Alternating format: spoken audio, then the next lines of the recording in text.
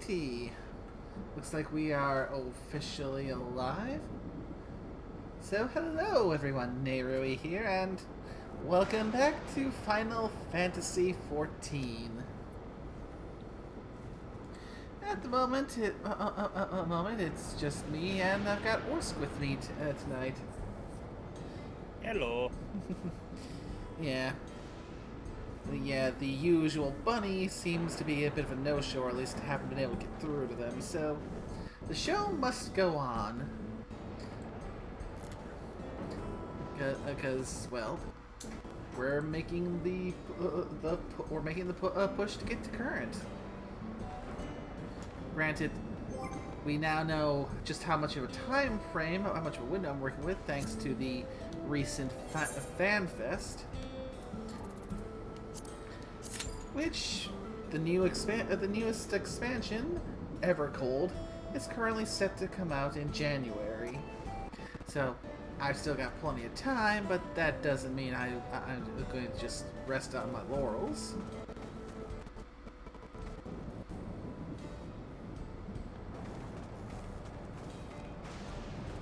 Though, still got to do a little bit of waiting, because last thing we left off on was unlocking a new dungeon. So now I'm going to have to wait for that to pop in the duty finder. Nice. And definitely doing a DPS queue because first time in there, I do not trust myself on tank or healer. Understandable. Plus, I've been trying to gear up my other classes so I can do some of these things outside of my mains. Yeah, I'm currently giving Black Mage a little run. Always good. Yeah. Notice on such a fan fest, we do have an inkling now as to what the next jobs are going to be, but really only just what roles they're going to hold. A tank and a physical range DPS. You. So that'll take us up to 5 tanks and 4 physical range DPS. Other than that, we have nothing confirmed. Well, save for two things. One is with one of the things that was revealed about some of the job reworks and changes that are coming in Evercold. It's like the tanks are getting a similar treatment to how the healers did back in Endwalker. Because in Endwalker, they added the Sage as the 4th healer. And up until then, the trio of healers, White Mage, Scholar, and Astrologian, were balanced in such that the White Mage was the more raw healing power with all the heal over time spells. The Scholar was the shield and mitigation healer with shields. And Astrologian was the buffing base filling healer that could go either raw heals or shields depending on what stance they put on, which allowed them a degree of flexibility in party composition. But with Sage coming out, they had to rethink the balance. So the way healers are currently set up is with what is considered pure healers and shield healers. Again, pure healers being the one with the more raw healing power and the heal over time. They can get more healing done with easier, but not as much in terms of just mitigating damage. And shield type healers, which, well, the name is pretty self-explanatory. Yeah. So yeah, now White Mage and Astrologian are the pure healers. Scholar and Eller and Sage are going to be the current shield healers. And now the tanks are getting that kind of treatment, being divided into main tanks and off tanks. So, main tanks, their big shtick is that they're going to be, better at just taking direct damage, as well as doing counter attacks. The jobs that are going to be filling the main tank role is going to be Paladin and the new 8.0 tank. The remainder, Warrior, Gunbreaker, and Dark Knight are going to be off tanks, which are better at lowering the damage that's coming in and shielding their allies.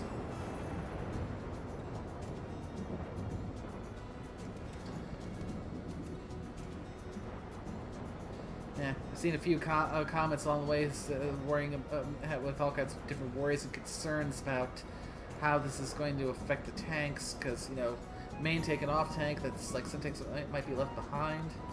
The thing is, you're only going to really need to worry about that when you get to some of the truly high end game content, whereas you ideally want to have a bit of both. One main tank, one off tank, one pure healer, one shield healer, and a variety of DPS.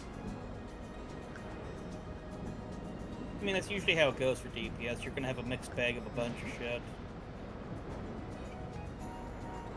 Not to say there's anything wrong with DPS, it's just that I know there's usually a bunch of different, like, DPS specs you'd usually be ending up with.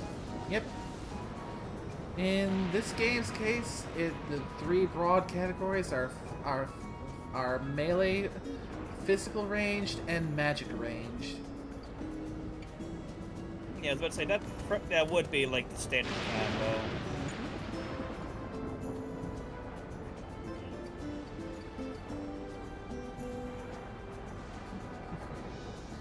So yeah, it's going to be some time before we can get more info, which isn't going to be until... I'm trying to remember. It's going to be about a month or two, where we get the next Fan Fest. And then the third one after that is going to be in Tokyo, which is, by then we should have close to if not the whole picture. Ah.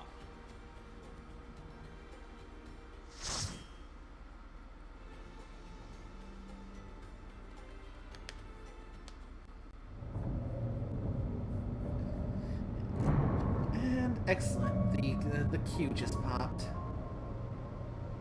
Nice. Oh. Yeah, I can actually see one of the monstrosities I was telling you about now. It is absolutely freaky looking. It sort of looks like some of the, like, primordial stuff turned out from Belsavis. There are beasts ahead of you. They must have gotten in and made themselves at home.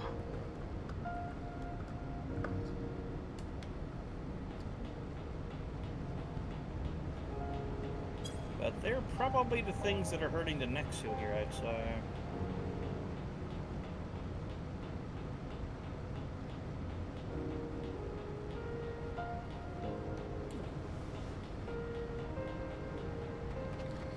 Hopefully we'll be able to get to doing something about that for when we get there with the next Empire run. Yeah. Yeah, there's something called Core Monstrosities.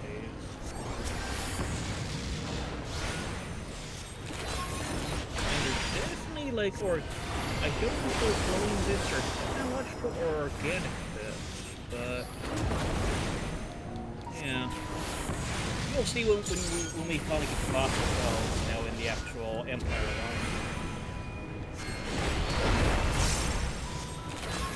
Probably be the ones to get there first is what we're talking about. Yeah, considering that the Republic run had a little bit of a... There should be an access hatch nearby that leads inside. Yeah, look for yeah. an opening. We're definitely going to pull ahead for a little bit. Well, I mean, that's going to be happening here and there in OS. But the thing is, they'll be able to do the catch-up because, like I said, I'll be gone for, like, the latter half of the upcoming months, probably.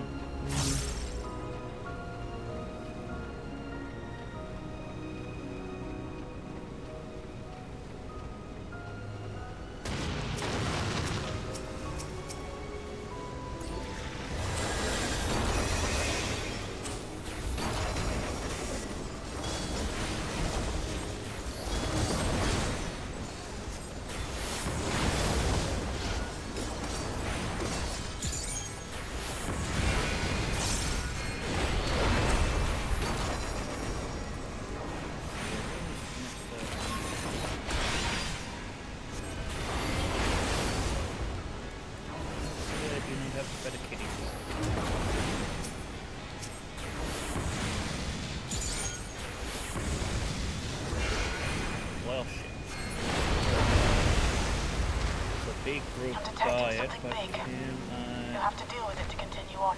avoid detecting them? Shit.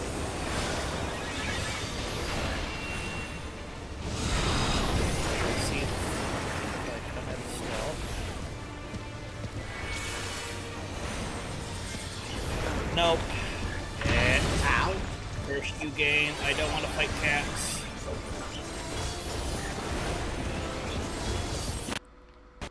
Luckily, the cats, though, are kicking my ass a little bit.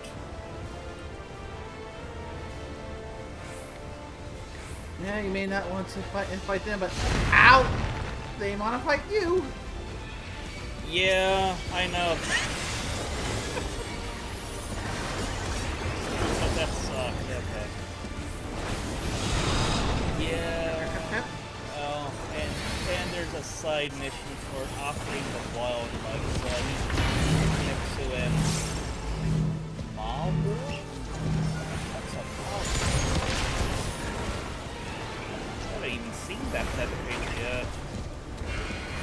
It's all been next to in these weird Gormak things.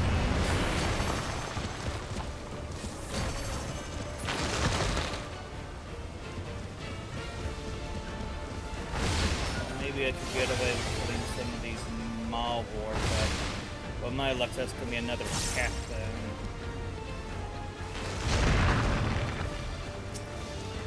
Because if it's just killing cats, I am not doing the side mission.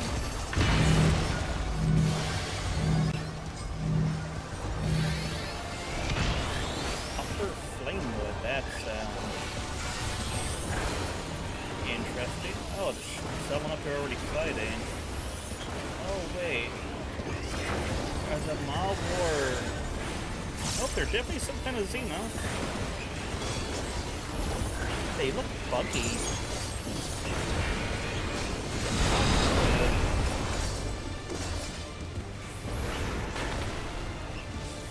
Interesting. They look to be like the Gormak thingies. But instead of being a giant ass bite, it's probably a mid-sized quadruped. Huh. Maybe if I kill them, I'll get an info thing out of them?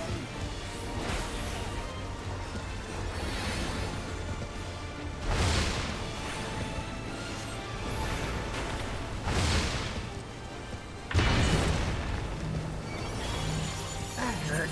That really hurt.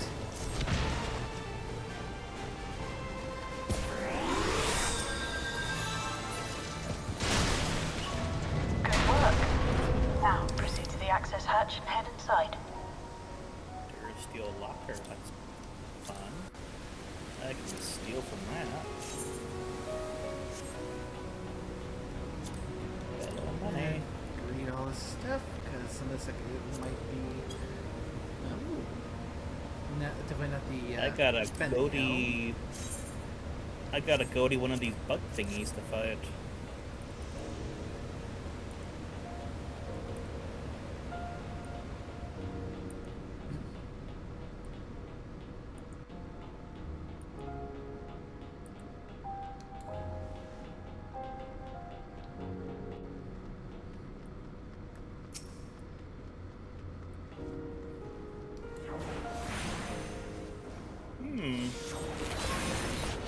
Interesting. Not that tough, honestly. Okay. I'll kill these weird looking thingies. Definitely not mutated cats or anything.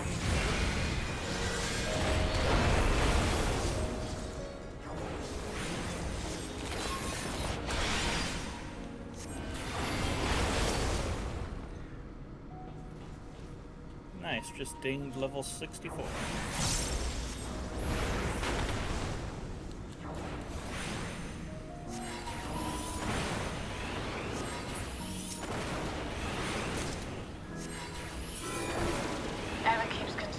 Was apparently a constant battle against the rising water level. Even during the war, the people labored to maintain the castle. For bioanalysis stuff. It meant a lot to them. It's upsetting to think that preservation's terminal is in this place.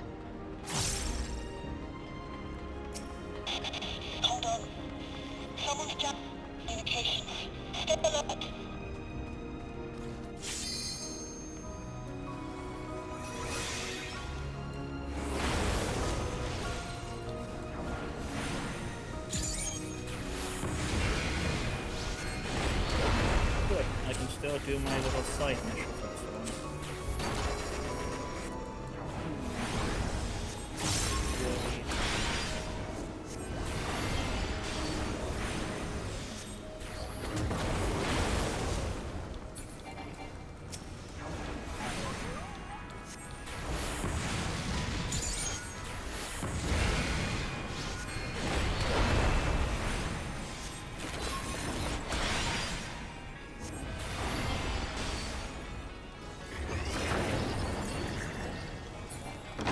So, you have come. Let us measure your strength.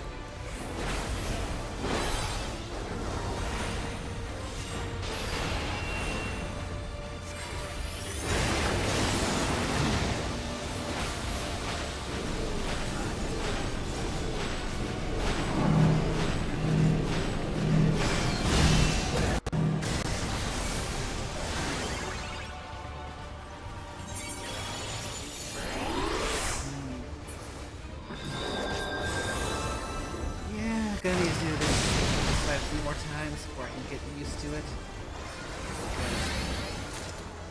That's understandable.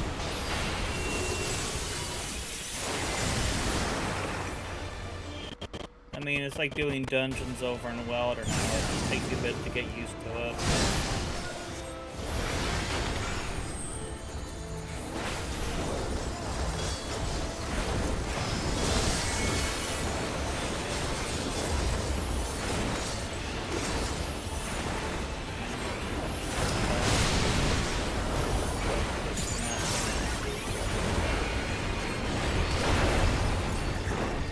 Apparently not.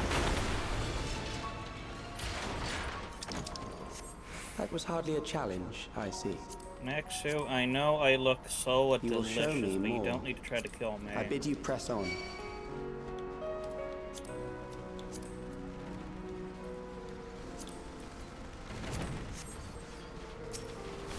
God, I know I'm really gonna hate this planet.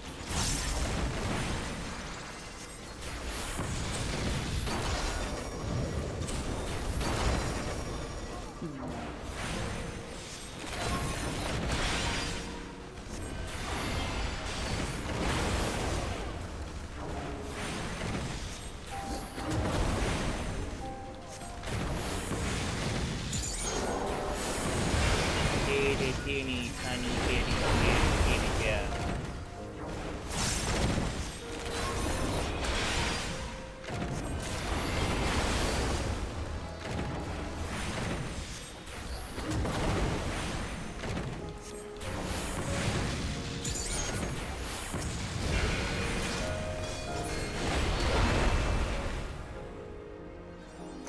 Oh, fuck you, game. Oh, this is gonna suck on non-stealth characters. The cave it's having me go into is literally just jam-packed with cats.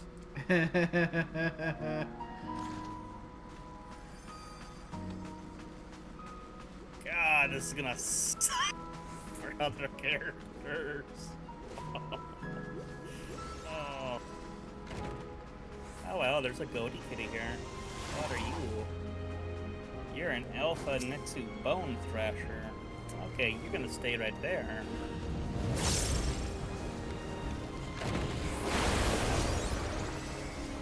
Okay.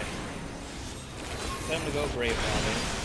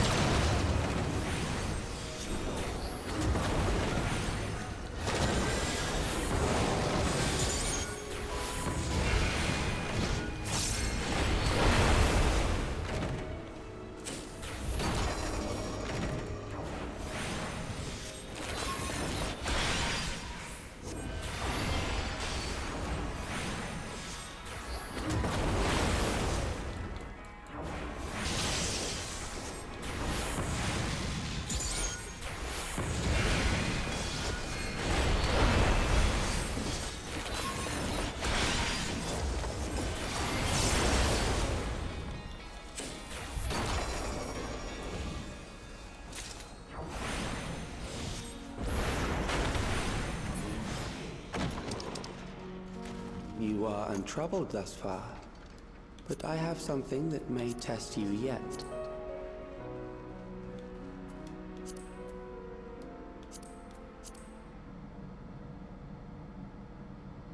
Alright, what are you gonna throw at me now?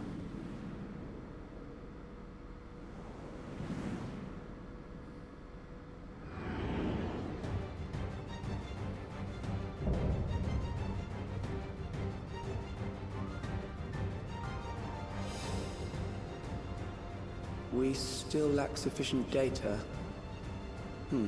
Very well. Let us see how you perform against this.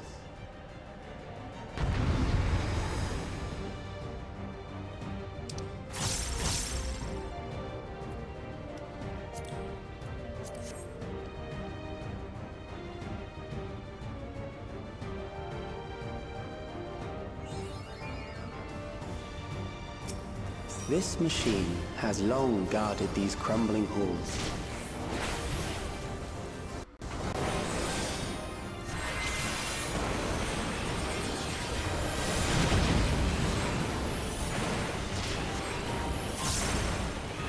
How will you handle this?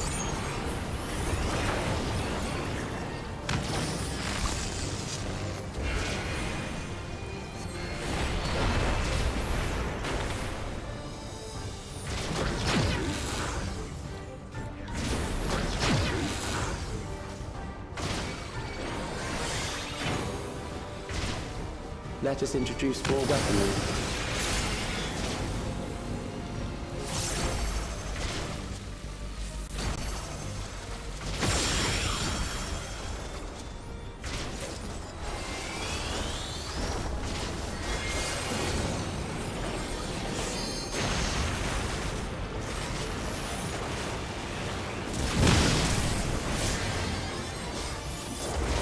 Let us see what this yields.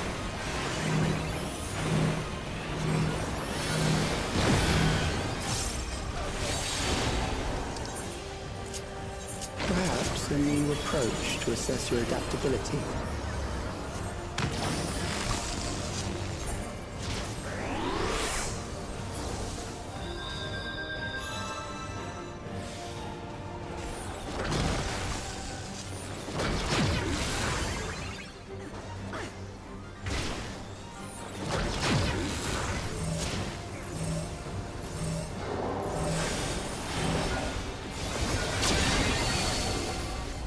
Still alive.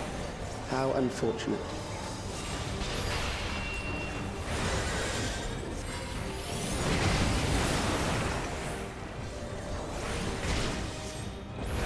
For you to die here, it would save me trouble later.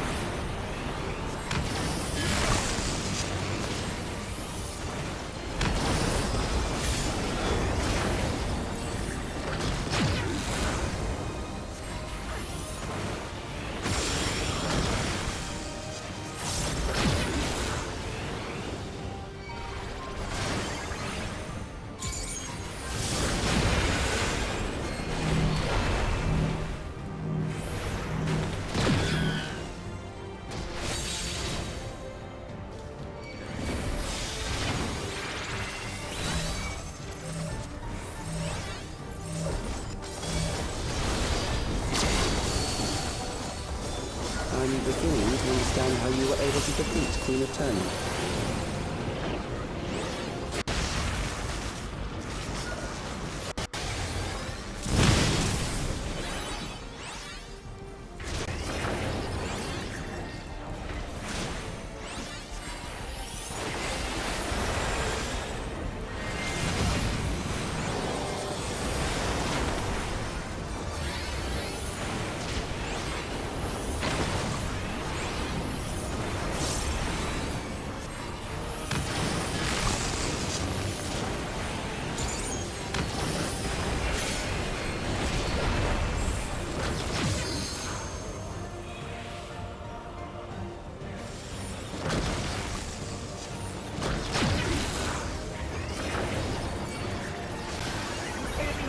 That sculpture.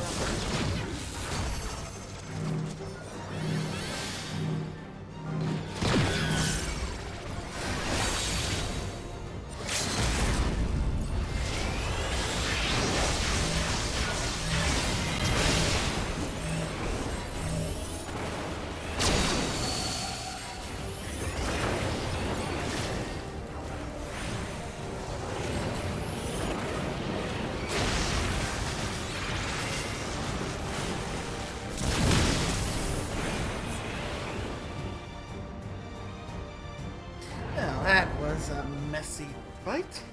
That will do. Indeed. We have enough to proceed with an analysis.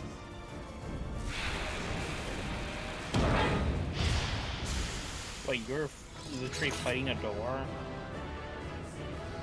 Some kind of door or wall or something. I see.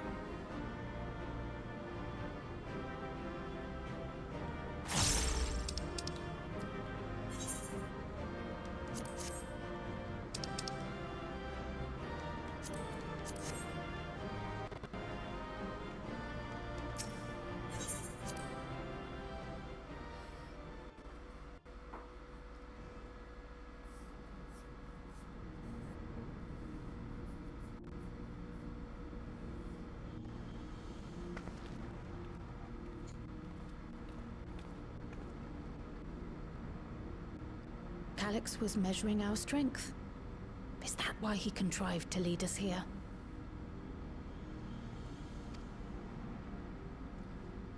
It looks like we've cleared away the machines and beasts. But who knows what else he might have in store. From here on out, Sven and Shale will move with us. Let's find that terminal, but stay alert for more threats.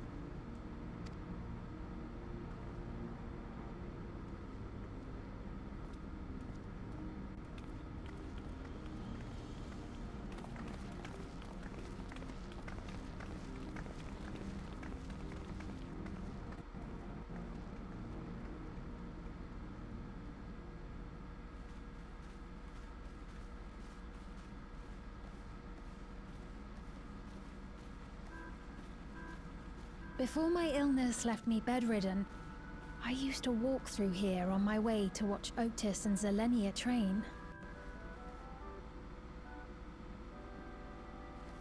You knew Otis, if I'm not mistaken. Zelenia was his second in command in the Royal Knights of Alexandria. Oh, how I loved to see the two of them spar. I once dreamed of fighting by their side, so I studied the magical arts under my tutor. But when I was 15, the storm surge broke out, and both my father and mother passed away. As the new queen, I was forbidden from taking to the battlefield, for our nation would fracture had I died without a successor.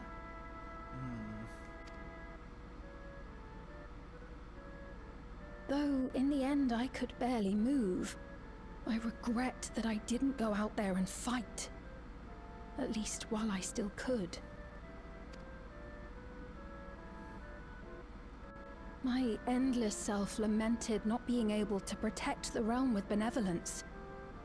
'Tis a feeling to which I can relate. Sven.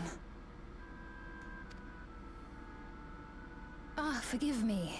'twas not my intent to darken the mood. Come, let us press on.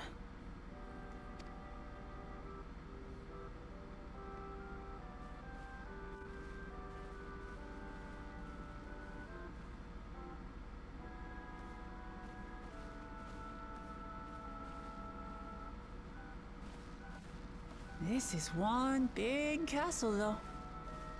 How far does this hallway go? Do you know, Sven?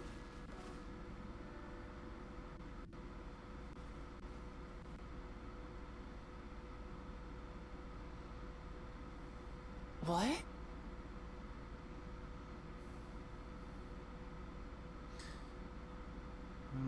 Well, that cannot be good.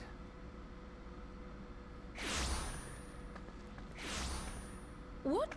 What happened? Well, Speed, I'd say we're both forcibly teleported.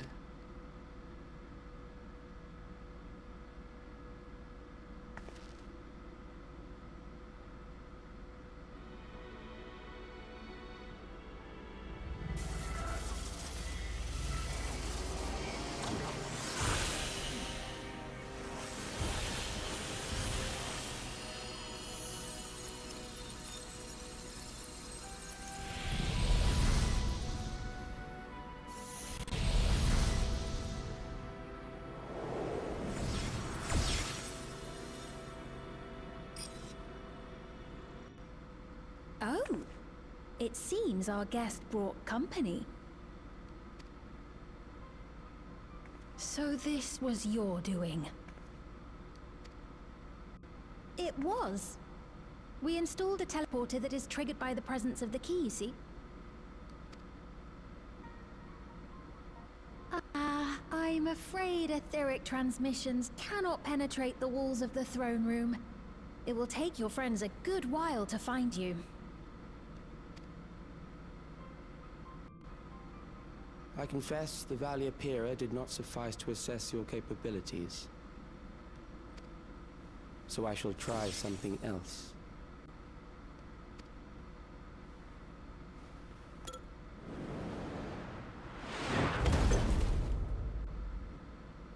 You are free to use anything at your disposal. The better you fight, the more accurate my data. Attaining a precise measure of your strength, that is the most expeditious way to reclaim the key to which you so stubbornly cling. Ah, noble Zelenia, dashing as ever. These villains mean to do us harm. Strike them down, I bid you. What? This machine is Zelenia. Indeed it is. We couldn't preserve her memories while she lived, so she has been reconstructed from our recollections of her.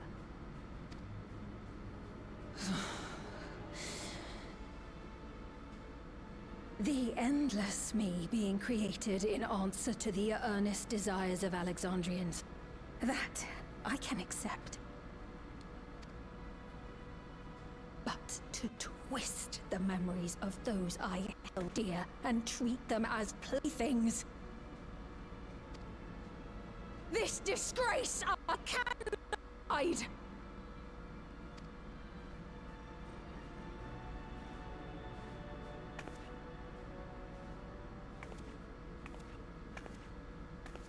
Loath though I am to comply with their demands, this monstrosity must be destroyed. Not least of all for Zelenia's honor. If she was indeed created from my memories, even if I cannot fight, I may be able to offer you counsel. So please, lend me your strength and end this farce.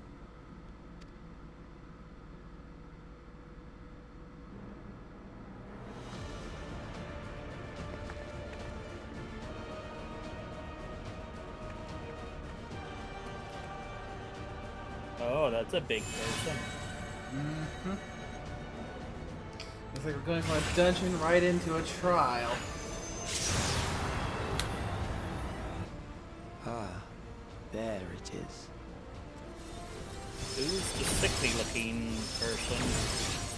His name is Calix. He's basically the brains behind a lot of the tech in the Alexandrian Empire. And his big thing that he's sticking to right now is that he feels that humanity has reached its evolutionary peak. And it's the only hope to grow from there is to shed the need for physical bodies. So you might recall okay. how, and when we first got introduced to Solution 9, we were introduced to the concept of the Endless, which are basically facsimiles of people recreated from their memories, which were effectively downloaded when they die. Yeah. His current plan is to take all the Alexandrians and make all of them into Endless. Oh, fun. So, yeah, he is implicitly planning to kill everyone in his kingdom in order to make them all endless and just. In fact, he already tried to kill me once already by trying to shock me with a lightning bolt made up of all the power that the grid, the electrical grid in Solution 9 could muster. Oh, fun. Stung like hell. I would imagine so, yes. Okay, Black Mage is not geared enough for recollection, so I'm gonna have to go with Bard for this one.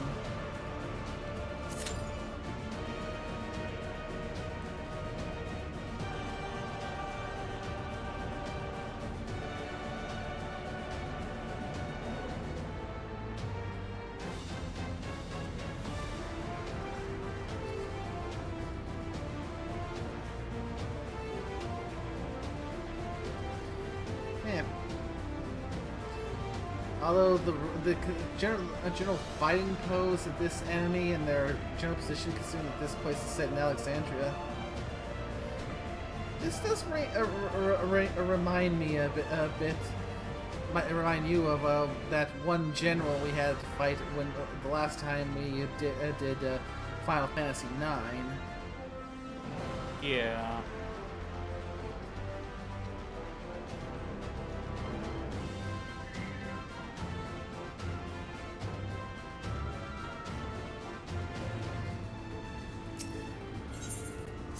I might as well exit for now, because I'll try and keep myself somewhat busy. Let's see.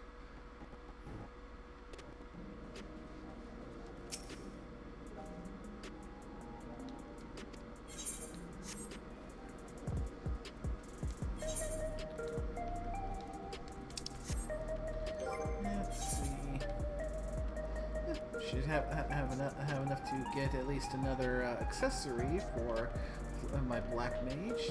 Not sure if that's going to put me above the threshold, though.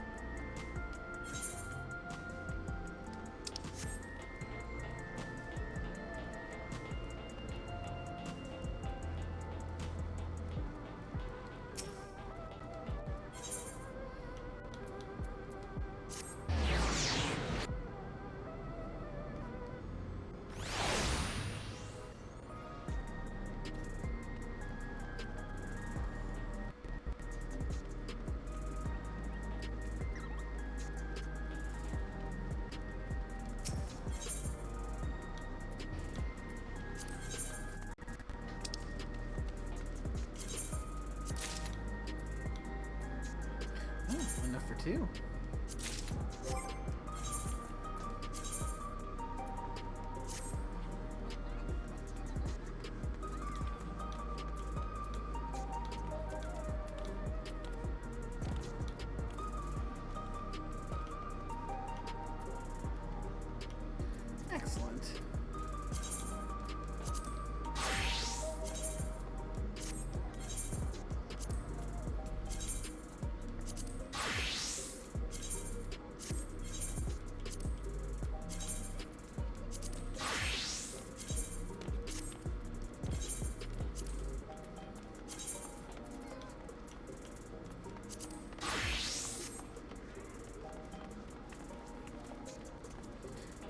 Now then, I'll wait for the duty find to pop. And I can go and see about getting some fates done.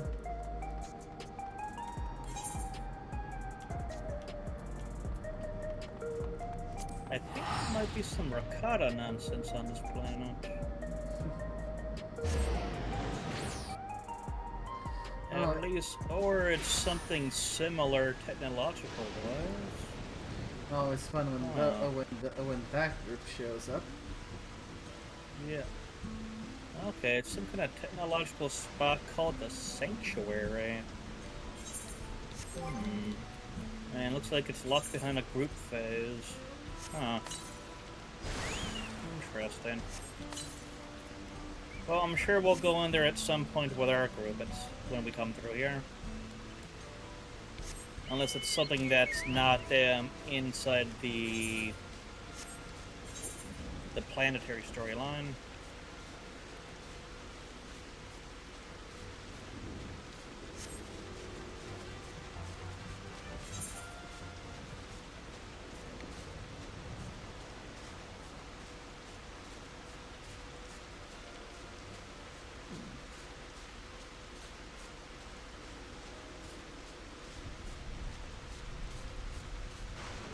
Well, that's a bit of timing. I seem to have spawned into this area. It's just a spot where there are no fates active.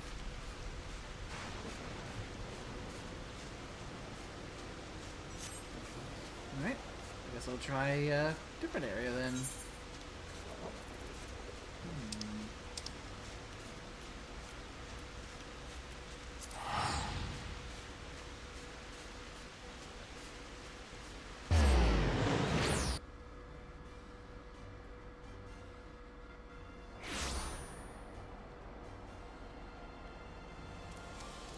Wow, these Gormak things are huge. Oh yeah, it's definitely an organism that looks to be cybernetically enhanced.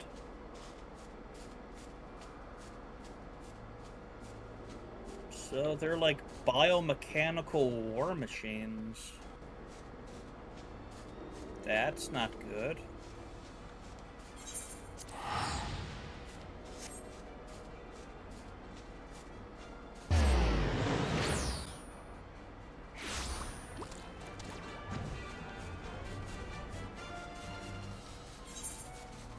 Boy, do they give a lot of bioanalysis stuff.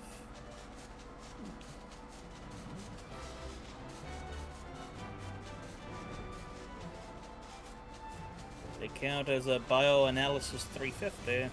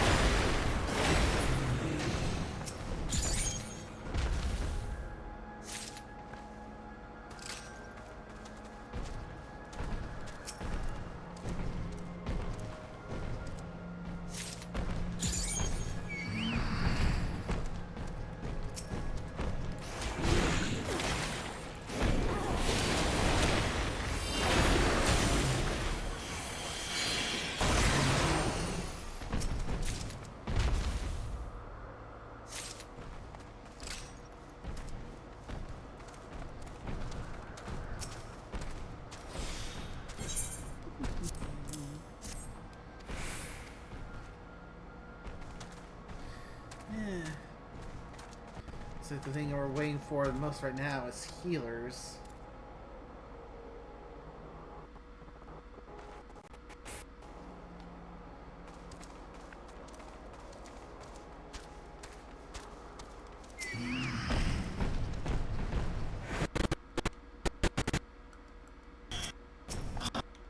Isn't that usually the way it goes? It's either going to be the tanks or the healers. Mm-hmm.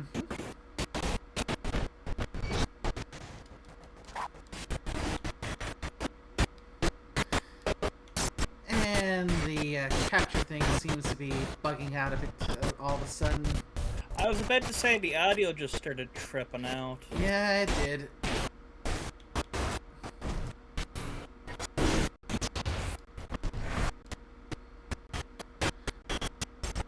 Once I'm out of the fight and safely away from getting into another one, I'll see about just relaunching the thing to see if that helps any. Yeah. Because, ooh, that is going wonky hard tonight. Got that right.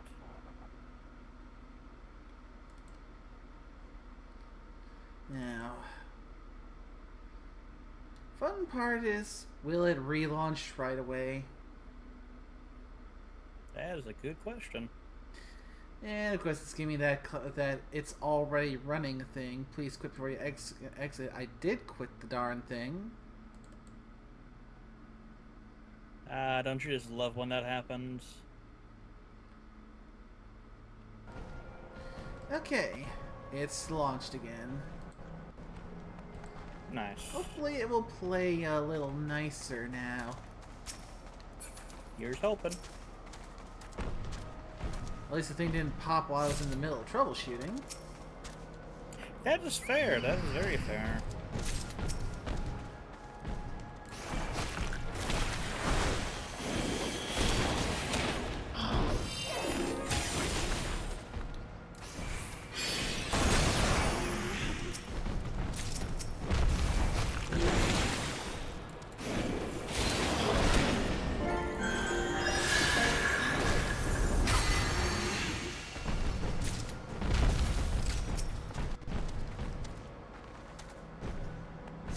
Yeah, I'm willing to bet these Gromach thingies are definitely the things that are hurting the local indigenous wildlife. Although I will say the beasts themselves, the Gromachs, they're pretty fragile. They don't live that long, but then again, I might just be punching them too hard.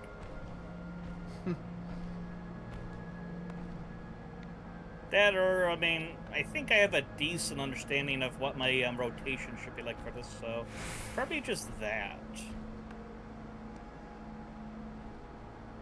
So I know with this build, you know, I want people to be bleeding a lot so I get additional benefits when I'm punching them.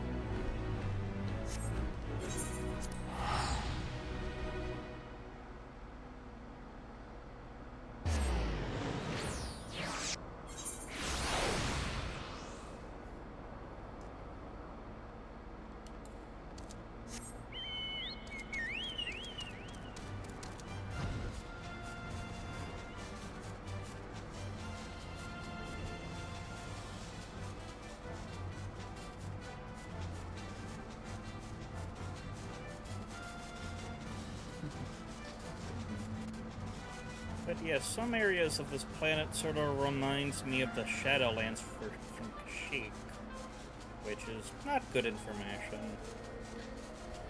Yeah, not exactly a place you'd want a place to remind you of.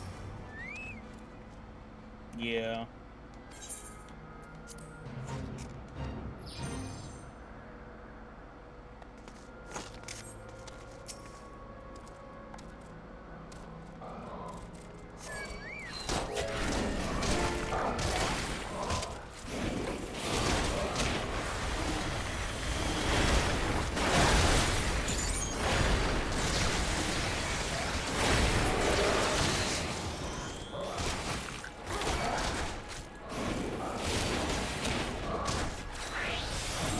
Okay, so it looks like the Voss equivalent of Shadowlands is the Nightmare Land here.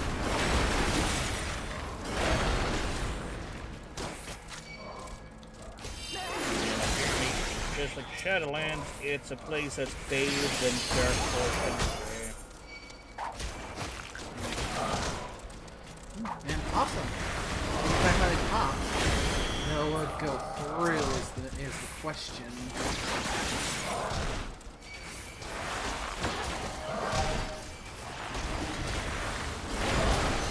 Come on, tank. Accept the pop. There we go.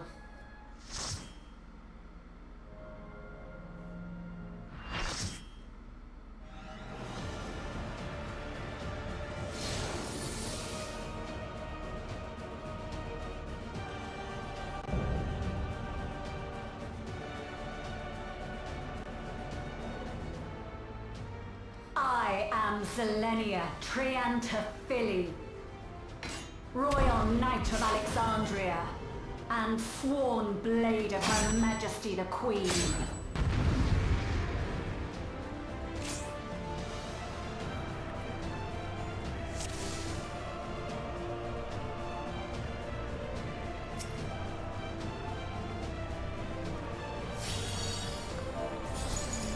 I will say, I do worry about getting around from point A to point B. Upon my blade, I swear, no harm shall come to Her A lot of Highness. enemy mobs all over the place, so I'm pretty certain You will not defile Zelenia's memory any longer. no smaller.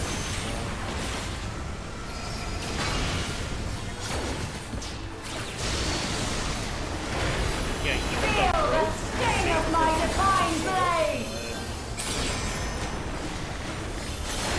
I know this technique.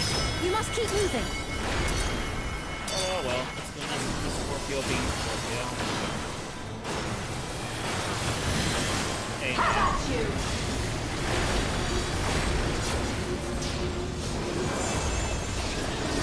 Okay, that was just lucky that I was on the right side not to get hit by that.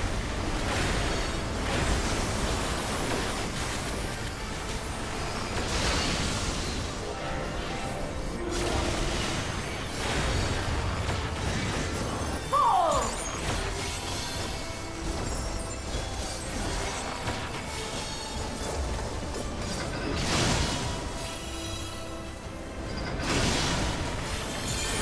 That her blade work should be recreated so faithfully.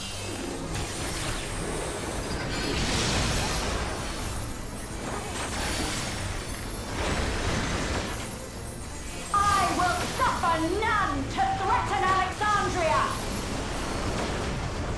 Heavens roar!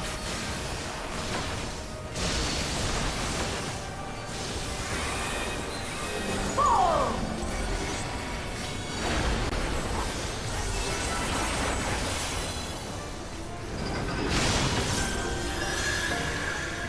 Have care.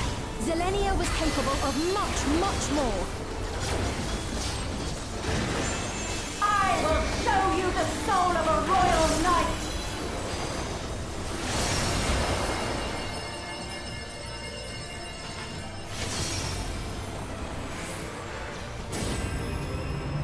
For the honor and glory of Alexandria, I strike!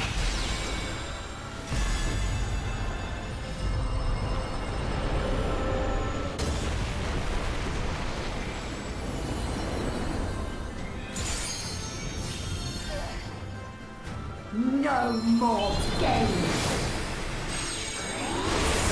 Quickly! Away from the sigils!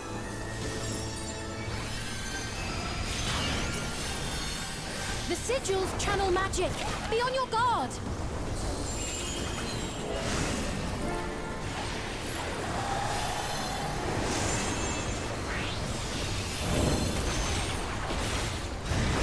You've no time even to fear my wrath!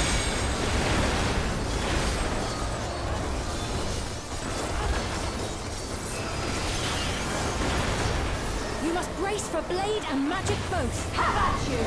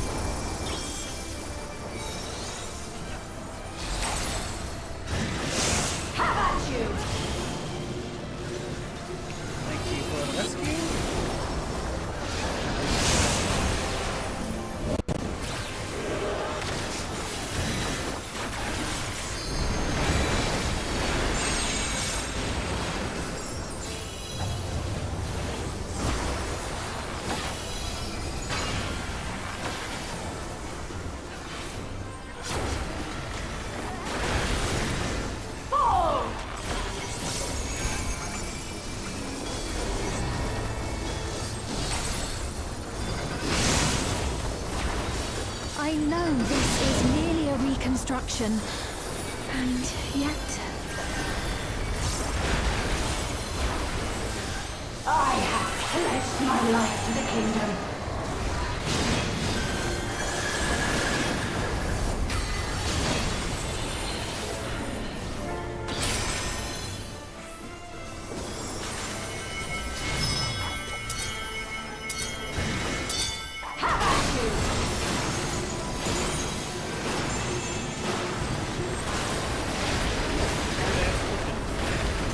My resolve shall never waver. So that's probably someone's main quest line.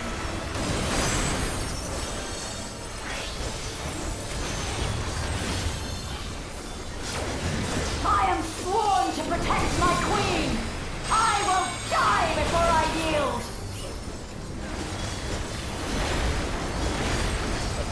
Go over east.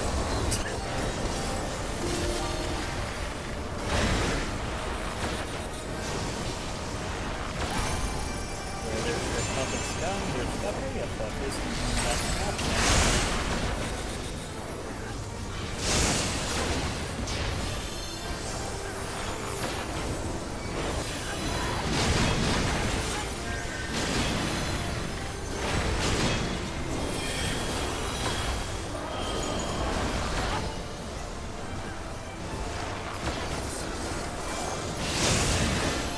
Have at you.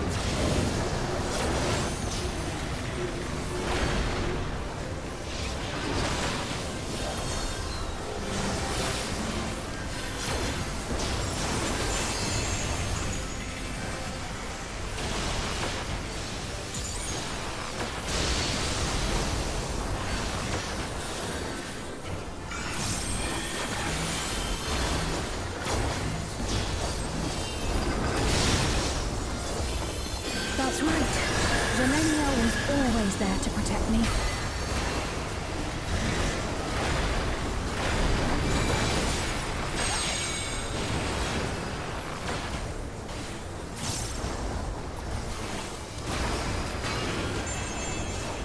There.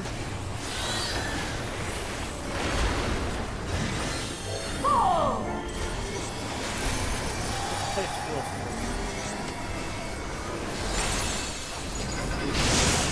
the ruins from over on not Korriban, Taste my steel! the Jedi one.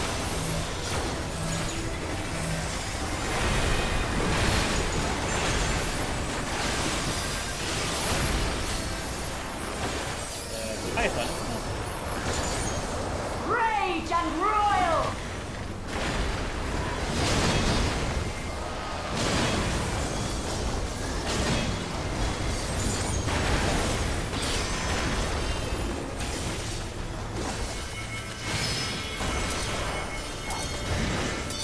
Have at you!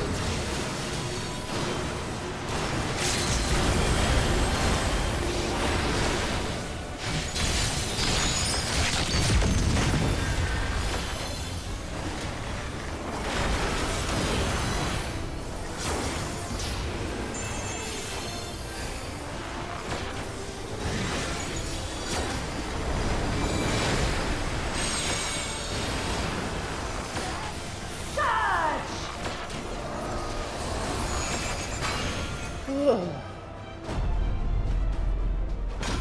A disgraceful display.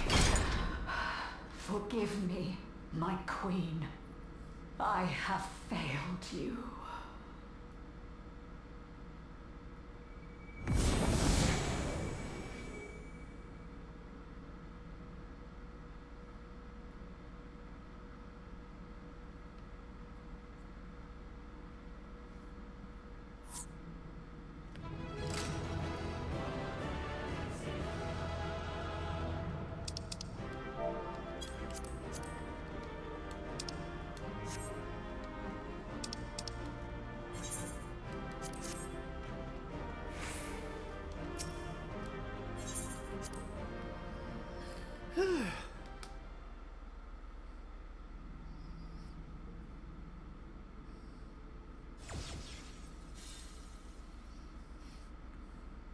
Did you get what you needed?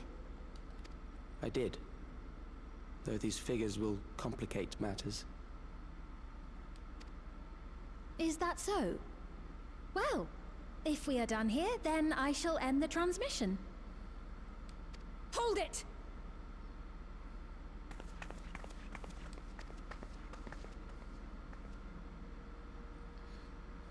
If you have no scruples about thus defiling the memories of Zilenia, then there is no way we will ever see eye to eye. You are not fit to be entrusted with the cherished memories of Alexandrians.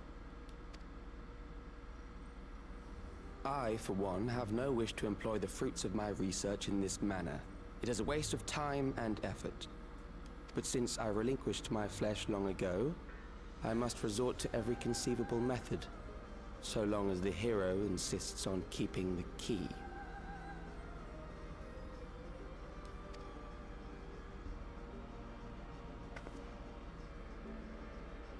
Why do you so oppose our objective?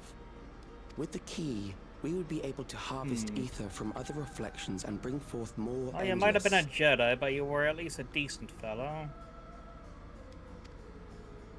We could give this chance to evolve not only to the people of the Ninth, but to those of the Source as well. I see no reason why you should reject such a boon.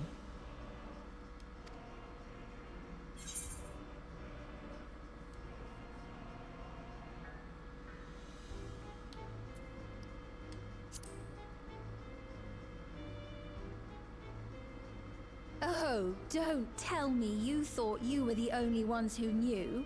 That is the height of hubris. Well, I'd say our conversation has run its course.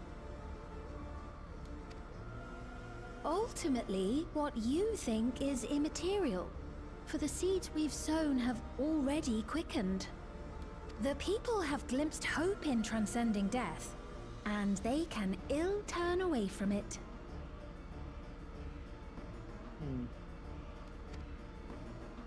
How's the game going now? And thus does my role come to an end. I am The rest definitely I not leave in liking your these two capable hands, more and Calix. more with every word they speak. Oh. Problem is, he's convinced he's doing the right thing, trying to turn everyone into endless, to evolve past death.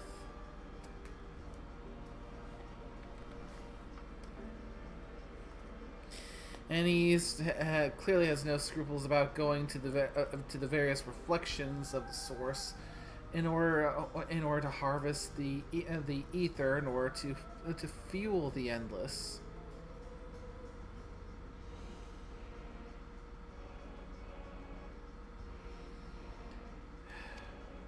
I mean, As a there's token the of old gratitude adage, for path consenting to my to hell is tests, I paved in leave you good with a gift. intentions. Be sure to take it with you.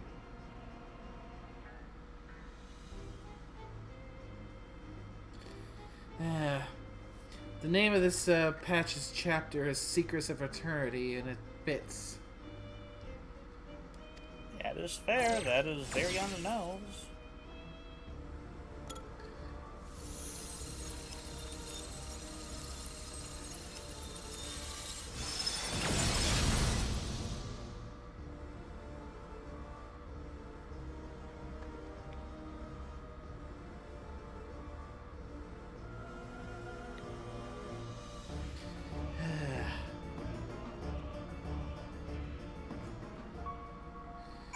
The problem is that he's already himself an endless, so he's already voluntarily taken that step towards his idea of the evolution of mankind.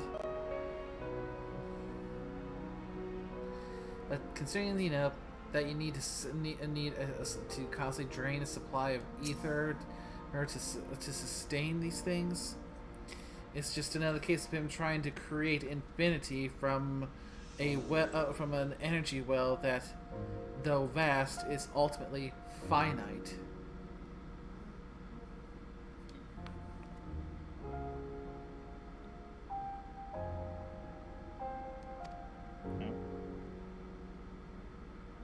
My headset is currently yelling at me, low battery.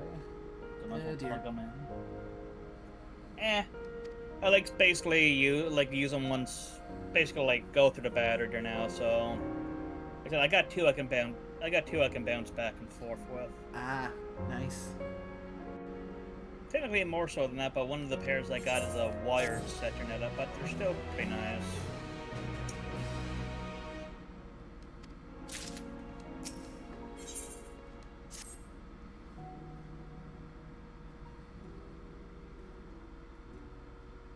Selenia, it pains me to think that you're gone too.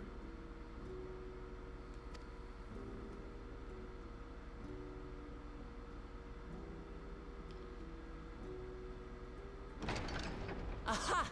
Oh, we found you at last. And there we go. Headset swap. Mm-hmm. I'll put them up so they can recharge. You had us quite worried when you suddenly disappeared. What in the world happened?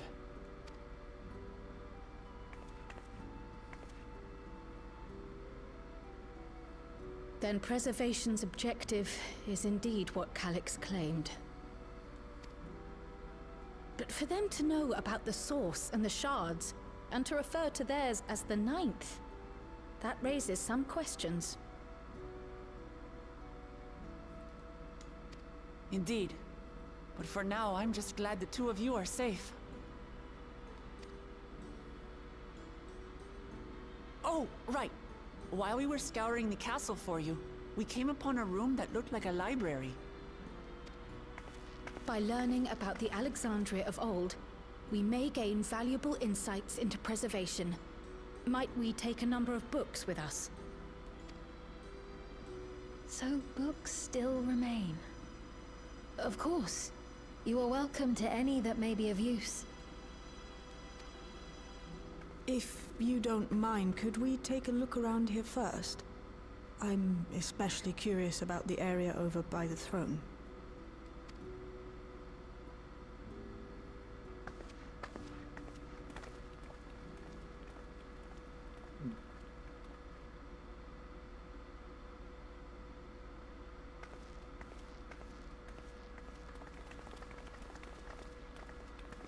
This tiara...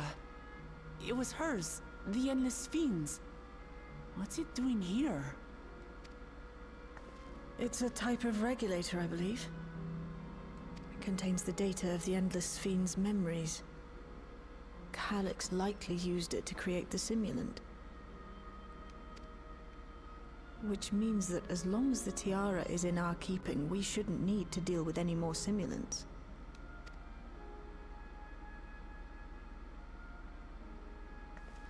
Strange that he would abandon it, though. Perhaps because the simulant already played her role, like she said. Or Calix made a copy of the memories. In any case, not much information of import appears to remain on this terminal. But I'll make it so we can access it remotely from the back room.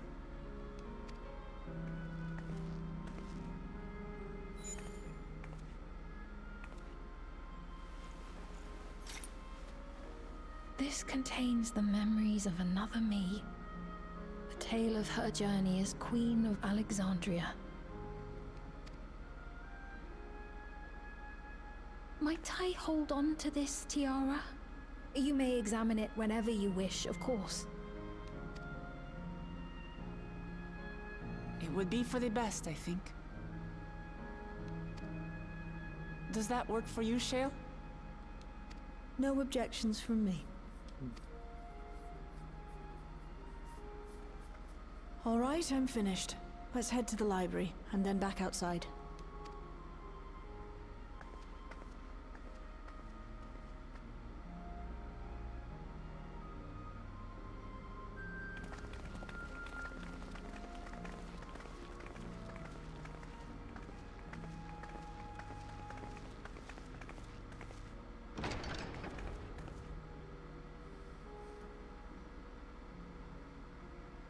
Farewell, Selenia.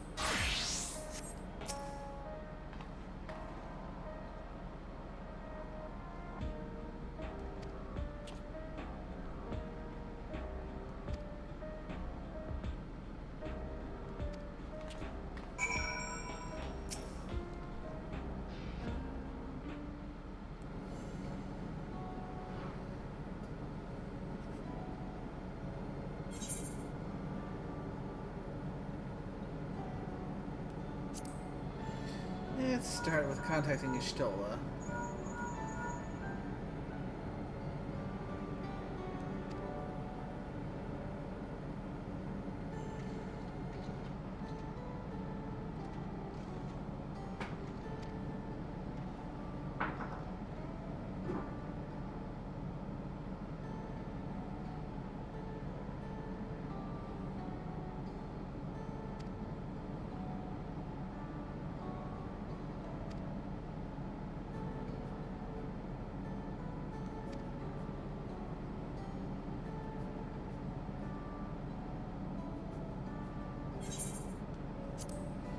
Alright, Alfina, let's bring you up to speed.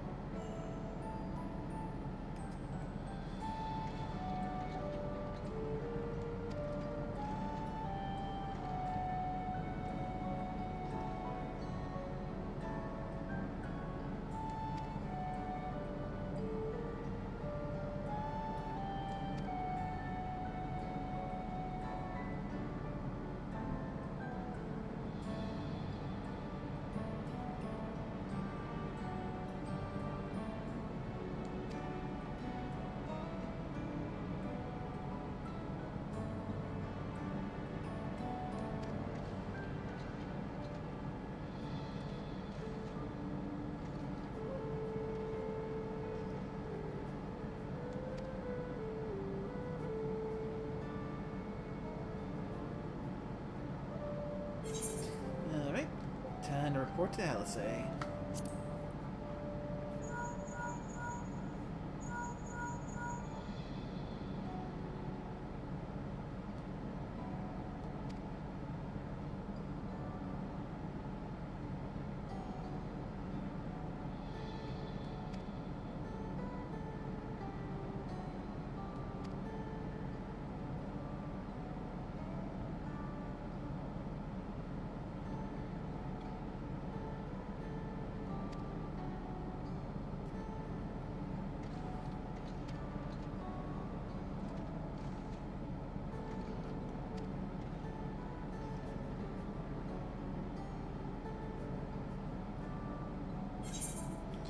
And finally, Erinville.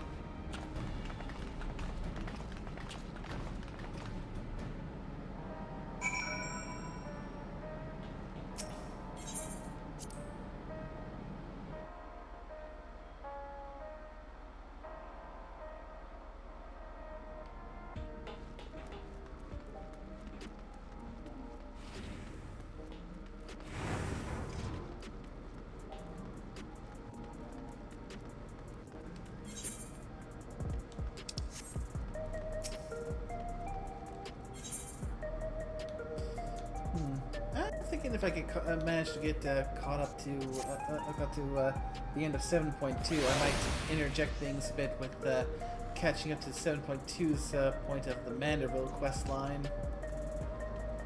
Oh, good, okay. Yeah, the Manderville quest line is...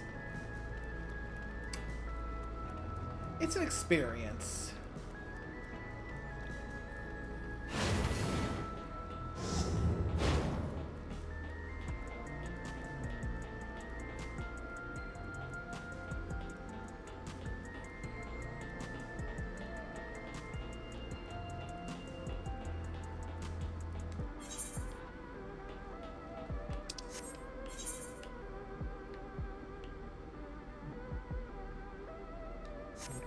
Fresh with this.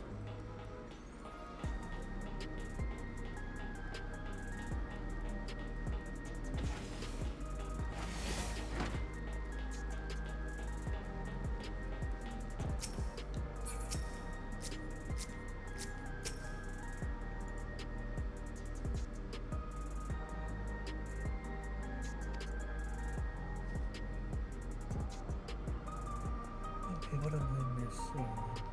Some fresh medicinal flow.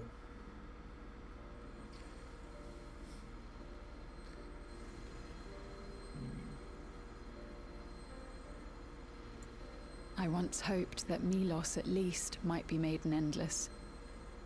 Then he wouldn't need to suffer anymore. You feel different now? Okay, Khalil, quickly make me one of those. Thanks to Alizé, Milos is on the road to recovery.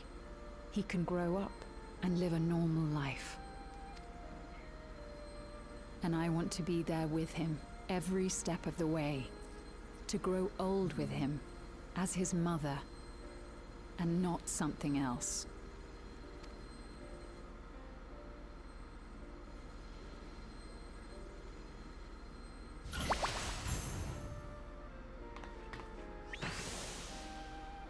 That should do it.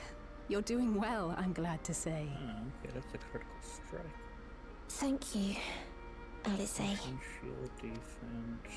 You're welcome, Milos. Now, you'll feel breathless for a little while still, but don't fret. It'll get easier to speak with time. Maybe accuracy. That said, we can't rule out the possibility of a relapse. I'll just give him double accuracy. As a precaution, I would keep him away from lightning-infused objects. Lightning. Does that include regulators? It does. I understand if it's difficult for you to part with something that you've worn for so long, though, so it's entirely up to you. No. For Milos's sake, I will do it. And if the environment here isn't good for him, I must consider moving outside the dome. You two would be more than welcome in Tuliyollal. It's very assuring to hear that. If you don't mind, could you tell me about the process?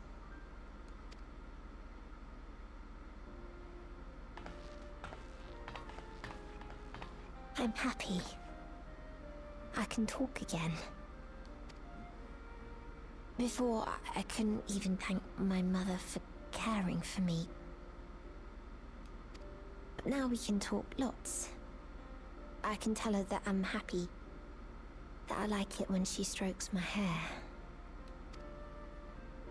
Your mother is happy to talk to you as well, I'm sure.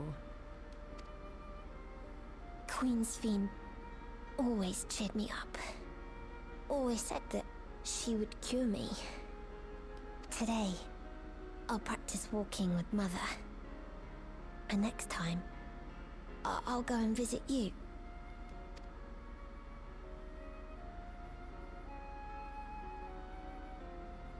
Okay, she'll be making that. Thank you for explaining everything. We'll come again to check on you. So if you have any other questions, just let me know. Right. Let's get going, shall we? Please come back soon. You too, miss.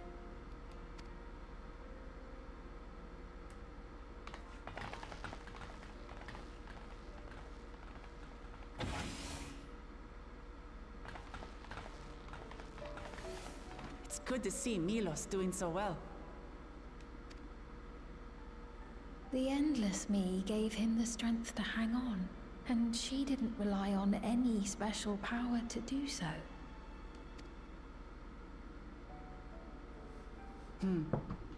She wanted her people to be happy. Even though we had to fight, her love for them was very real, and it reached Milos. I wish to be there to watch him grow as well. To make my way beside the people of Alexandria.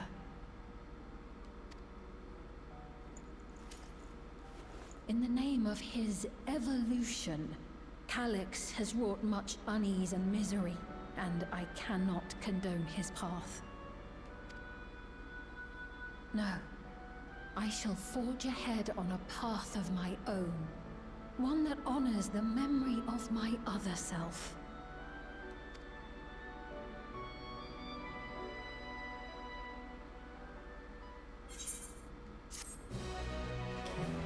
So what are you planning on doing, Steen? Reclaiming your role as queen after what equates to a 400-year coma?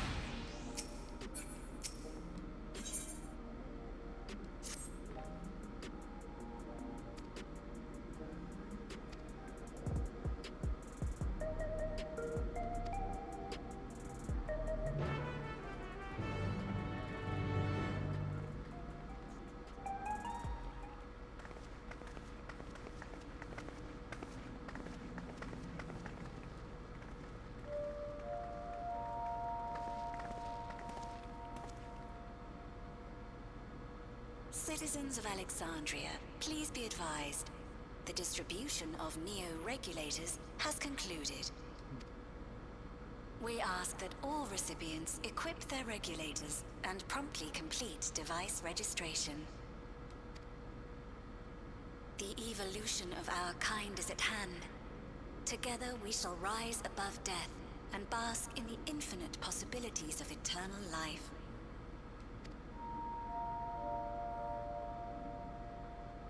What is this?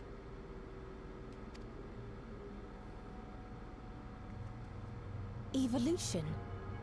What evolution? Those with neo-regulators will become endless, apparently. You mean there's no more? Well, don't you feel lucky?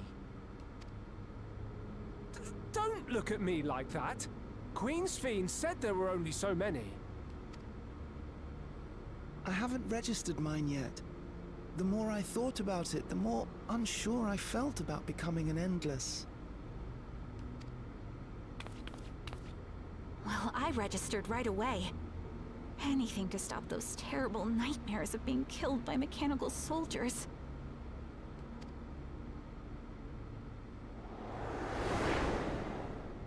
Ultimately, what you think is immaterial. For the seeds we've sown have already quickened. The people have glimpsed hope in transcending death, and they can ill turn away from it.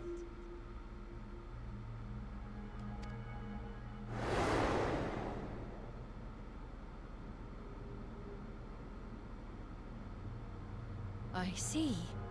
The terror of their first encounter with death still lingers in their hearts. Having previously been spared even the idea of it, they know not how to handle the emotions. The funeral was meant to give everyone the chance to come to terms with loss, to grieve and move forward together.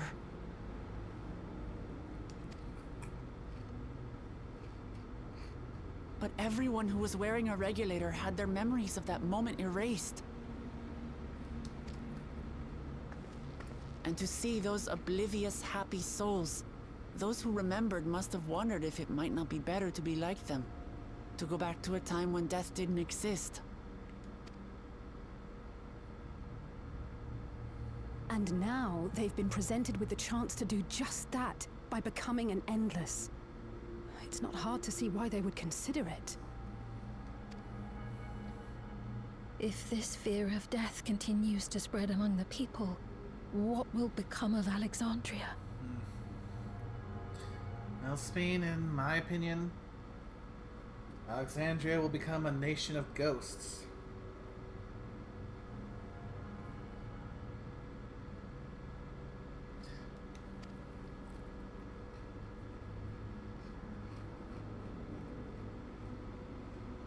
The gifts for our friends will have to wait.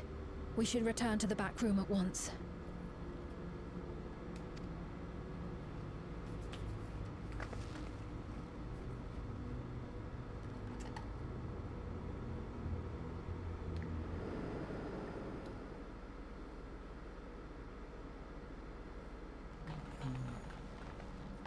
Oh, you're safe.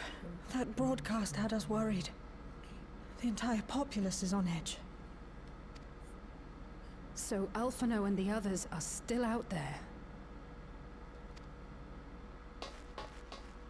We have a situation on our hands! A civilian has been killed by a mechanical soldier here on Trueview. Wayakwe is on the scene and reports that the problem unit has been subdued by another sentry. That doesn't make sense. Only someone with the King of Resolve's authority could order a soldier to do that.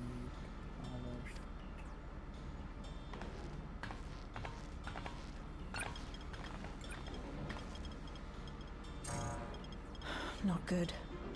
I tried to check the status of the authority but was blocked from the core system. Given recent developments, I'd wager that Calyx is responsible for this.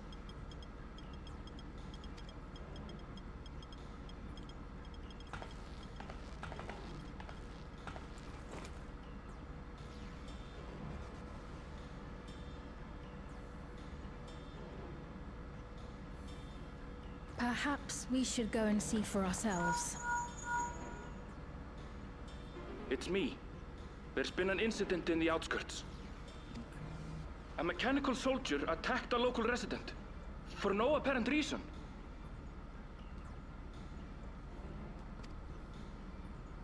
Fortunately, several nearby hunters dealt with the rogue machine, so everyone is safe. But if other soldiers were to... Wait. Is that... Oh gods. More hostile sentries are bound for the settlement. I'll try to lure them away and then lose them somehow.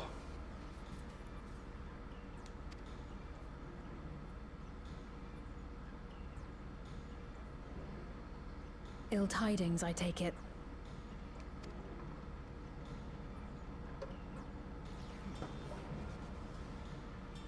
In the outskirts too? Right, so now Calyx has somehow managed to hack the mechanical sentries and is having them attack people at random. Most likely... Oh, that's fun. Most likely to fuel the fear of the newly found fear of death and drive the people who have been given neo-regulators to just jump leaps and bounds towards the promise of transcending death by becoming endless. Yeah. You'll go and help Erenville, won't you? I mean, his plot scope's not a bad one. Came to harm. Yeah. I'll have Geo join you from Earth and Sky. And at the same time, I can't really blame them because they've spent so long now being completely divorced from the concept of death. Because, as you call it, the whole point of those regulators is when someone dies, their memory of the person is completely wiped. So they had been living in complete obliviousness, just willfully ignorant of the very concept of death. Yeah. So it's only natural that it wouldn't occur to them that, someone who becomes an endless is just a reconstruction based on the downloaded memories.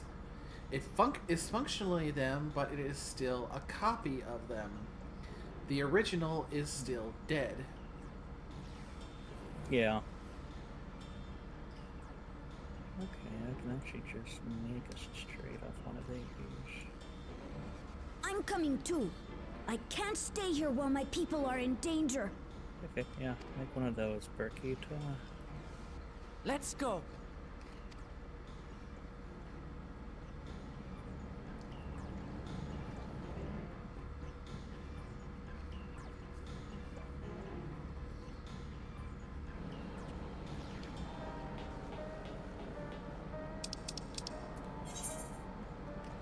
Currently making some gear for Cerulean there now. Ah. He's getting to the point here now where he's not that far from level 66. I think he's like 2/3 of the way through 64 there now, so that'll be the last point I can make stuff for him right now, because he's currently in that like funky zone where I can't give him any of the like the conquest points, because right now, since he's in that point right now where he just get those blocked things for now that you need to get to, what is it, when the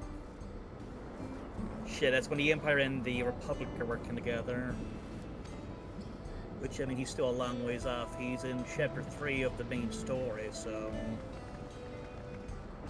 not exactly a spot where I can get him any good gear at the moment.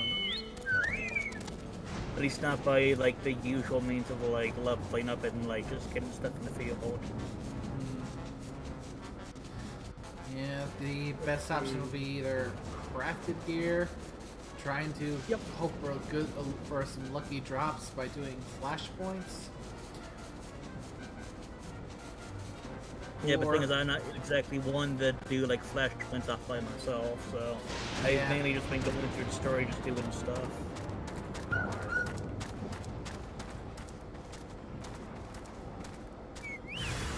Richard, you were my artificer. You can make him some shit.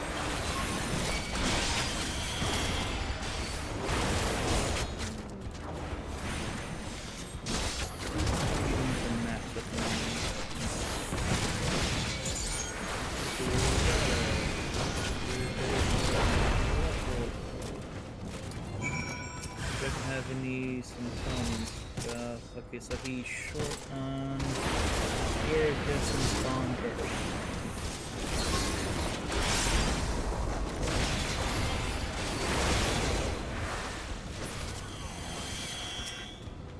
So he needs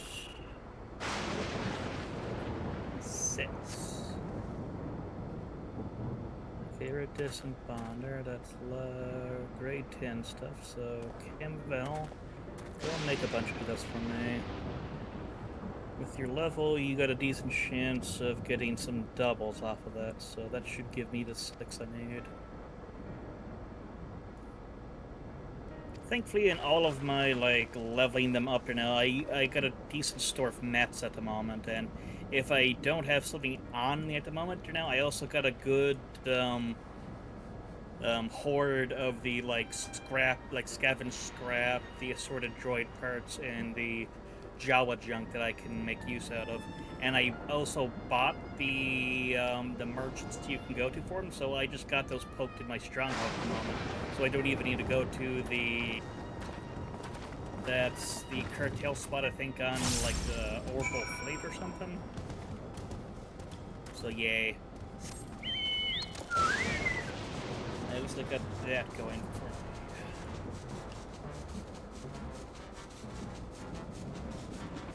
Let's see.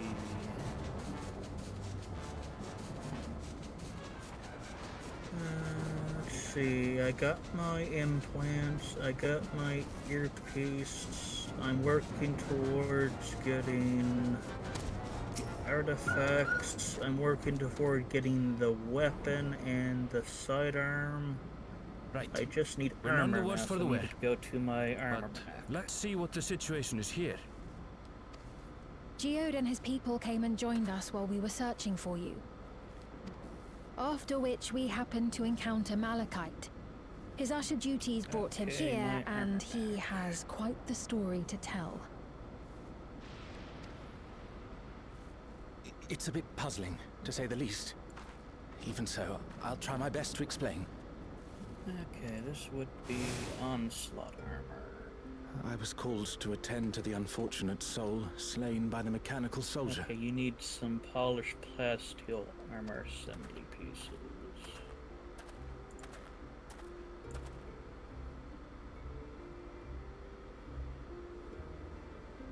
Yet, when I arrived, I found no body. Only a pile of dust, which the wind quickly scattered. Got 5 on it of course, so make me some shreds. Confused, I questioned the residents, but none knew what had become of it. How odd. Did they remember the victim at least? They did. Their memories of the deceased weren't sent to the cloud, I don't believe. Yet, no body remained. If someone took it, surely they would have been noticed.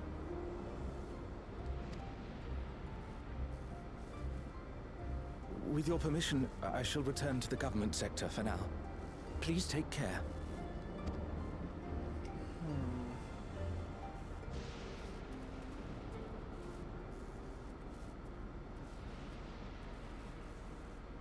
This is terrible. Why would they make the soldiers do this?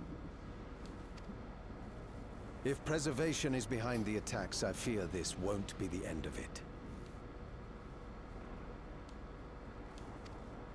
All the new regulators have been distributed, and potentially 5,000 Endless are about to be born. What does Calyx hope to achieve with these killings? Does he seek to frighten people into registering them? Or perhaps...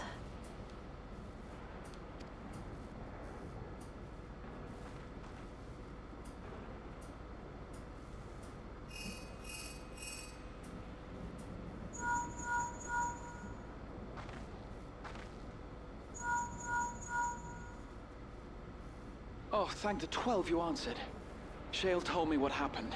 Is everything all right? I see. 'Tis a relief to hear that Erenville is safe. Alas, I do not have good news to share in return.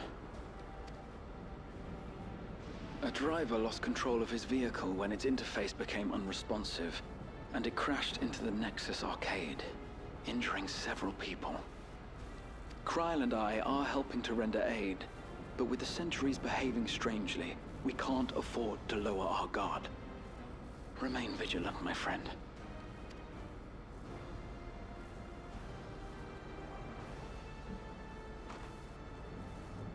Okay. Jorgen, make me a pistol and a shotgun. I just received word from the backroom. A hover cargo on TrueView threw off its driver, and it's rampaging through the area as we speak. Alphino had a similarly troubling report for me. Apparently, a riderless machine in the government sector came to life near a crowd clamoring for neo-regulators. It proceeded to mow down several citizens, causing serious injuries. This is a tragedy. We must go and help the people.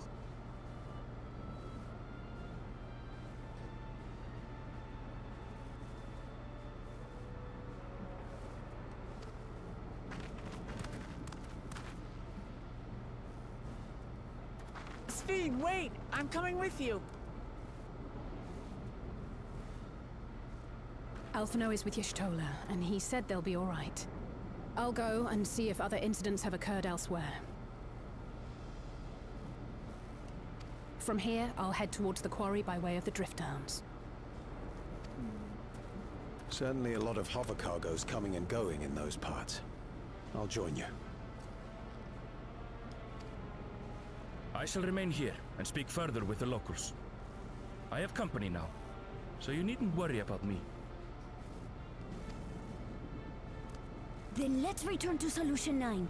If we hurry, we can catch up to Lamachi and Sphene.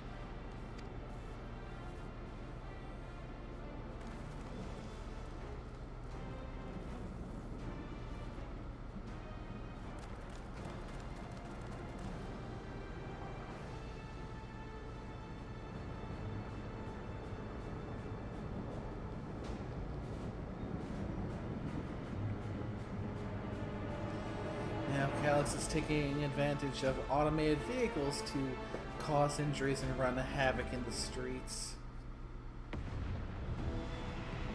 Oh, lovely.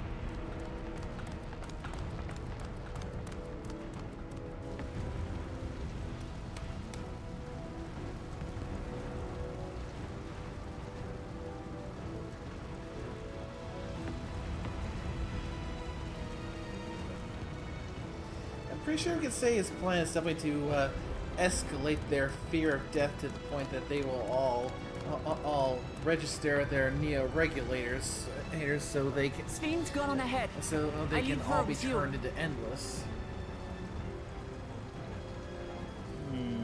That's 5,000 souls. I can see one downside though with him ratcheting things up so quickly at the moment. He's going to run into the problem where he might push them way too far.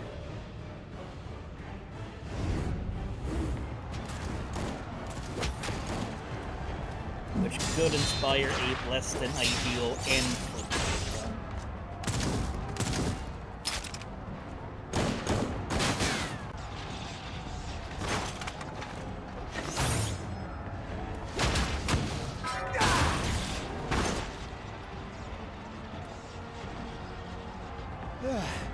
Bloody things have gone mad.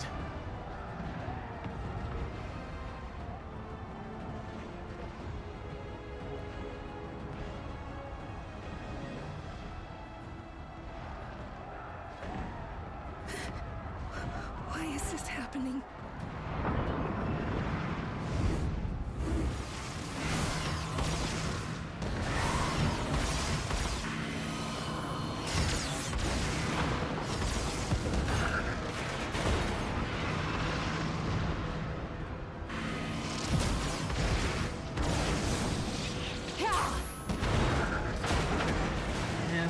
I cannot seem to wrap my head around how number of these things justify this.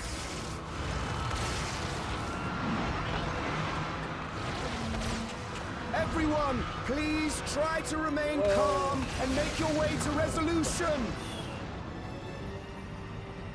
The thing is, there is an actual idea in reality, in like real life now, where a lot of people do think at this point now where we've reached a point where we've got the max we can get out of our fleshy meat bags. So there's the idea that the next stage of human evolution would be us basically going like what's the scientific name of humanity? Homo sapien would be Homo cyborgus, would be the next stage. Where we basically change out the mid pieces of the meat in order to change it for mechanical upgrades, improve ourselves upon that. Are you all... But a fringe idea outside of that, is the whole like mine uploading type setup. No! Which apparently it sounds like what this Why guy's did you doing. do that? Why? You can't just leave me alone like this. If we had been endless, then you'd still be here. You'd still be with me. But now...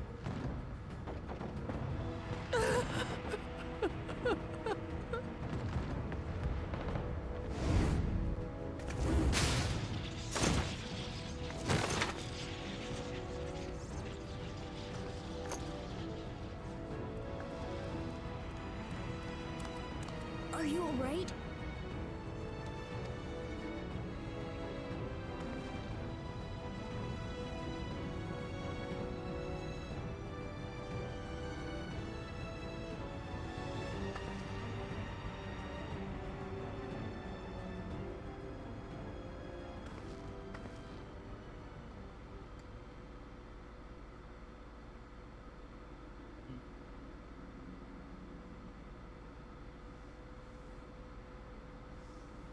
So many hurt.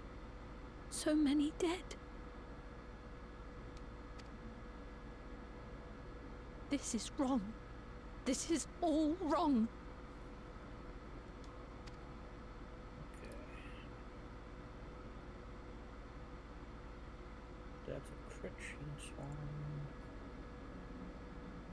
healer. Probably gonna be a mastery one, maybe.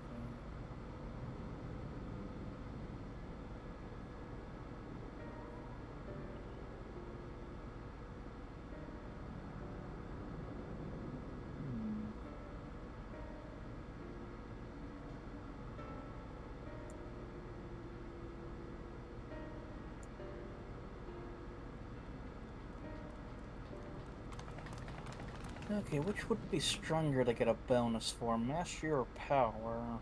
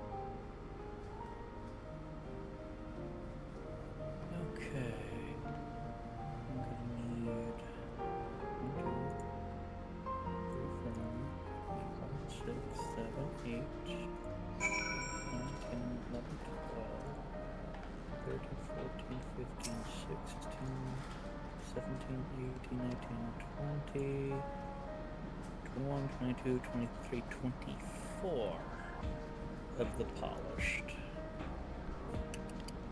How much do I got at the moment? I got 10. That's not enough.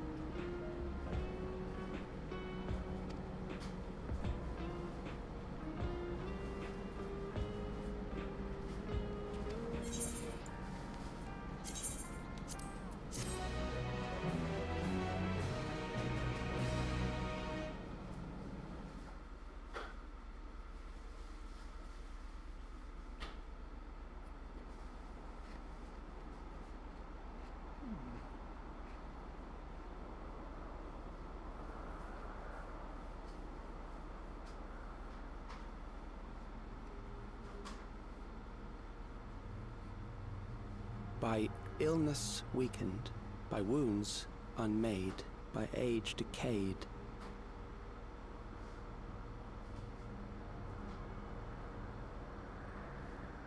Such fragile flesh is worthless to us.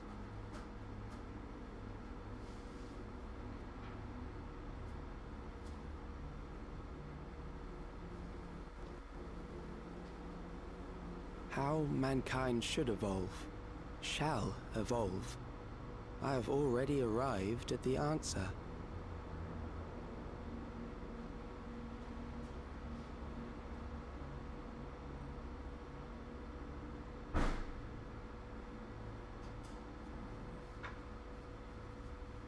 The time is come to pose a new question.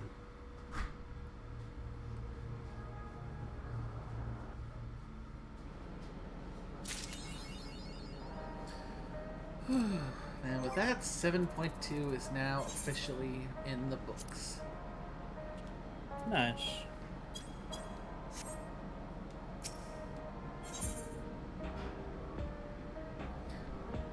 And with the title of this next quest, Targeted Tragedy, that bodes all kinds of well. Yeah, really though.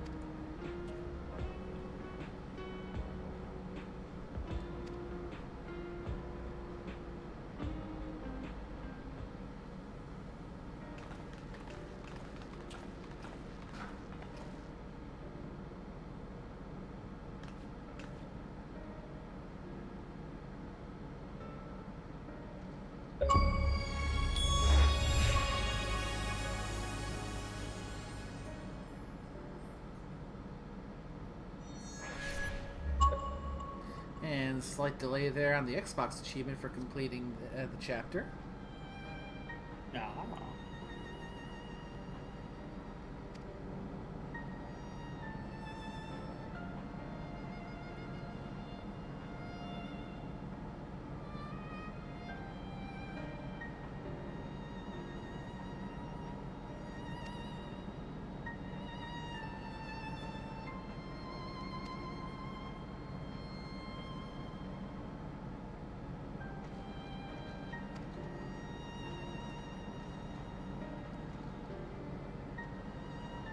What's being made at the moment? That is the mastery.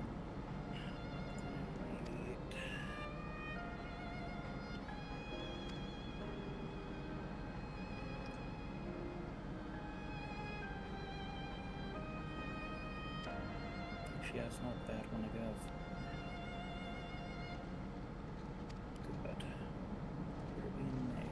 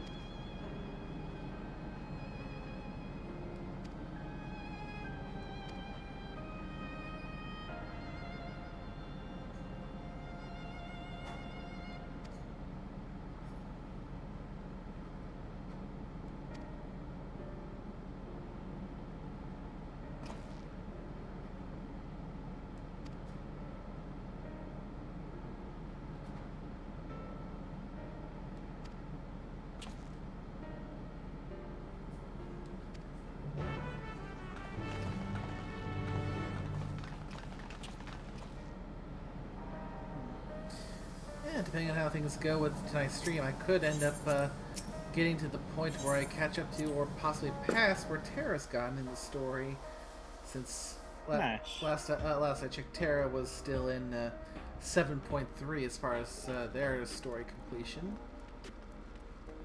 Gotcha. Unfortunately, since they were they've been, well, so far still no contact, so even that, so most likely out of it and possibly asleep at the moment. Mm-hmm.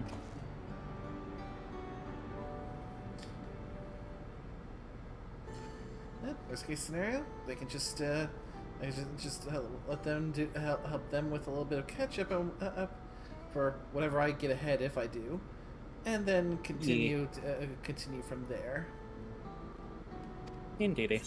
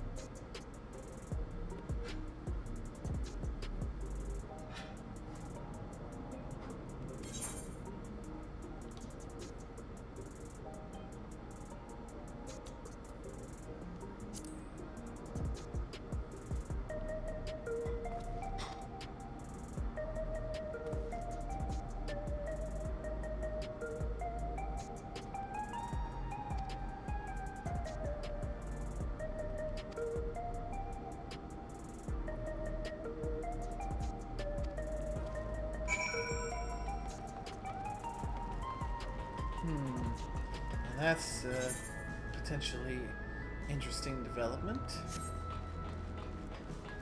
These attacks from that last outbreak that happened, there's a chance that they were specifically aimed at targeting people who were not wearing regulators. Of course. So basically, the people that Calyx would register as pointless for his evolution, since they ended up deciding not to embrace it.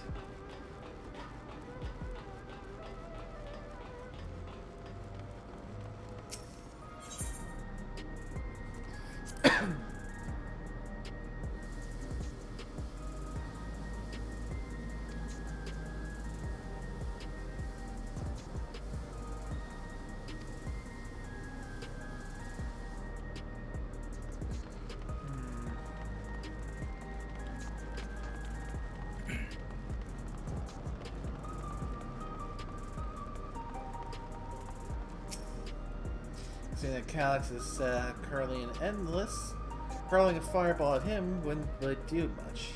I need to hurl a fireball at wherever his memories are stored.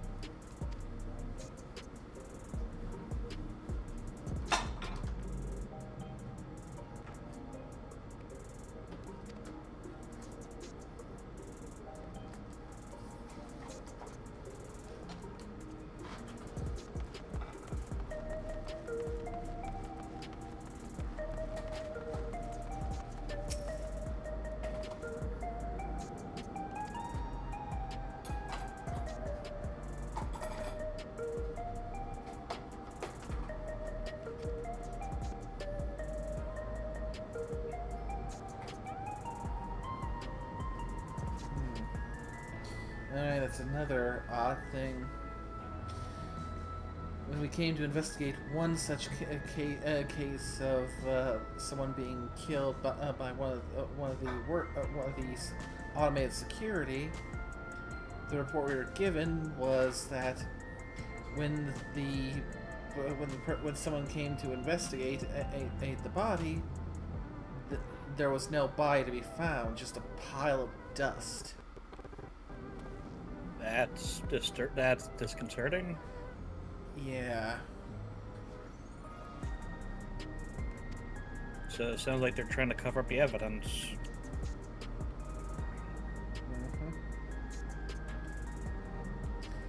And possible also in the process harvesting ether from the ones they kill.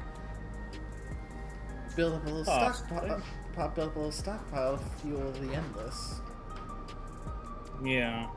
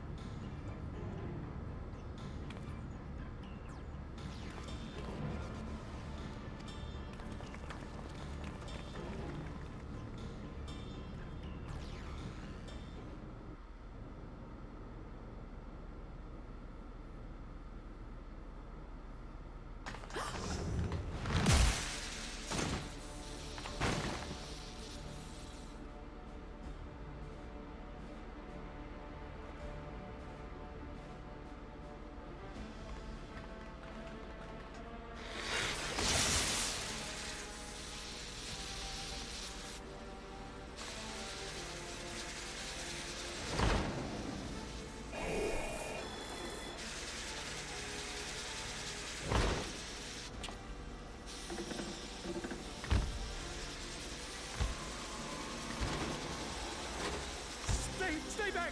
Stay away from me! Leave him alone!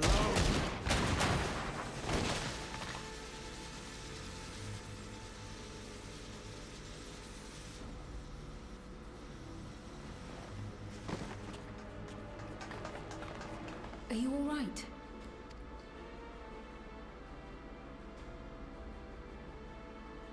What happened here? A sentry walked into my apartment, even though I'd locked the door and everything. I managed to run, but the man who tried to save me...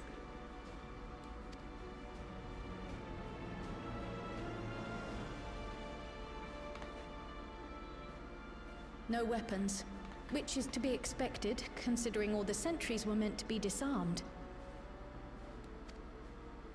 Yet it was ordered to attack all the same, even if that meant using its bare hands.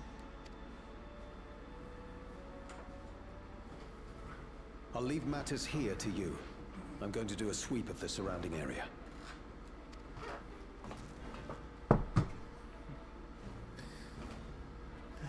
Definitely was a good call to take the sentries and disarm them.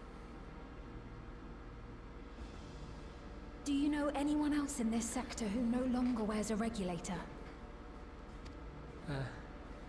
Oh, I don't think I've seen Isadora and her boy with theirs recently.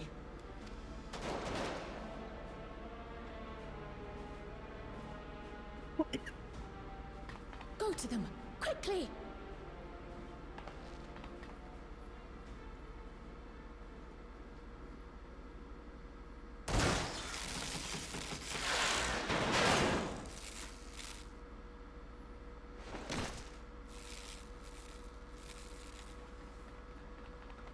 quick! I'll be fine. But Isadora's in bad shape.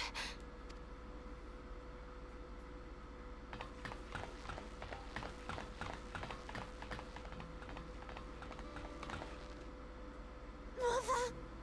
Mother, please!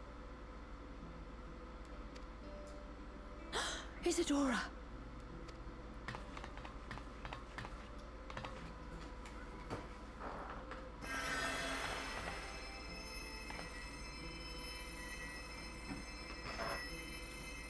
Oh, thank goodness. She wasn't struck anywhere vital. I'm sorry. If only I'd gotten here sooner.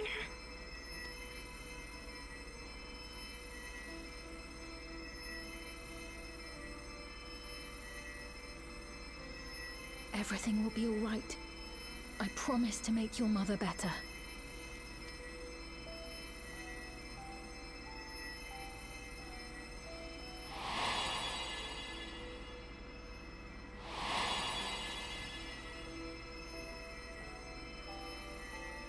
Thank you, miss.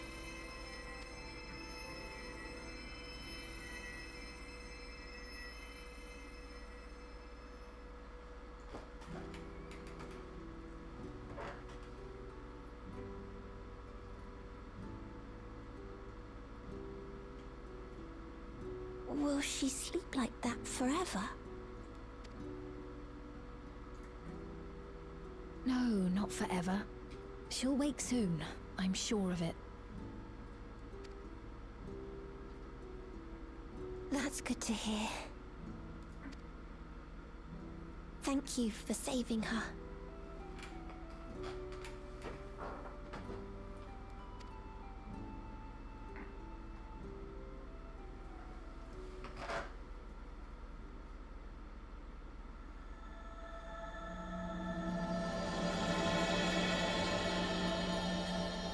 This chapter is The Promise of Tomorrow.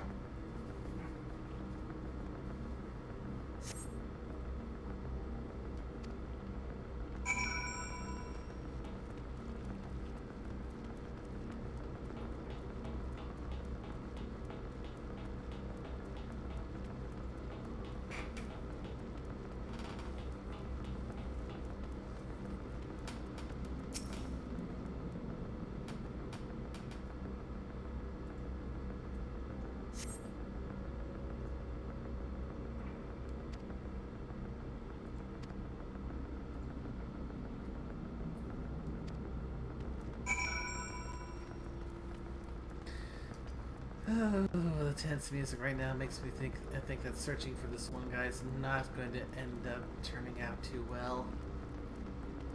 Hmm.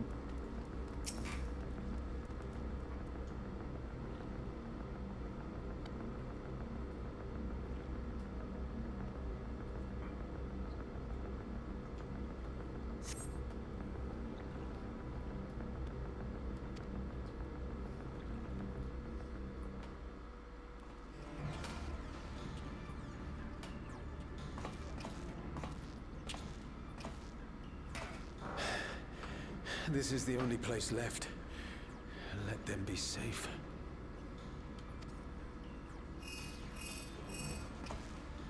Geode, are you there? Answer me, please! I'm here. Sorry for the long silence. I've been busy. Oh, you're alive! Thank the gods! Where are you now?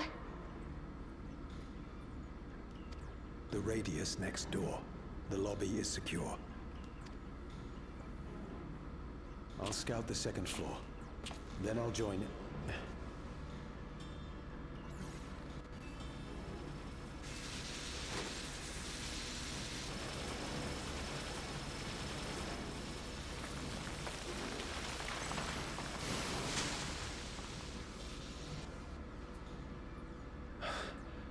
That dust.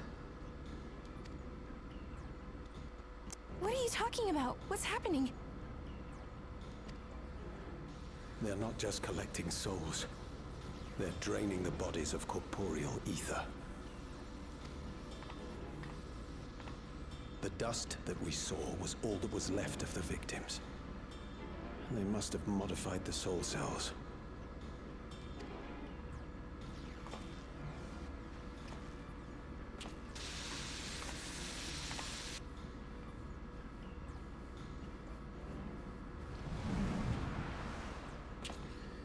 Got confirmation. Shit.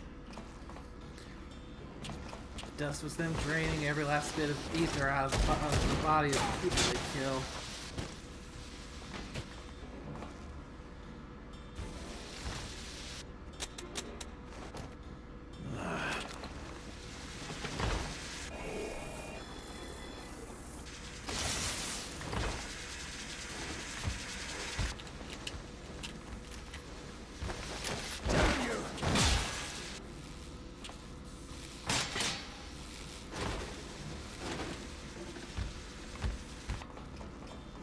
Can't be here! You need to run, now!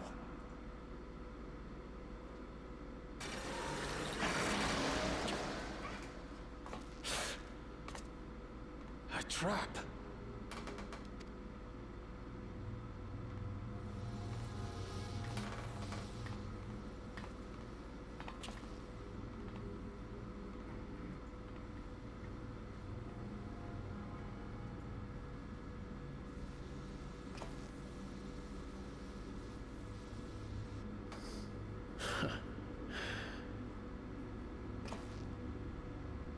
Take care of the others, eh?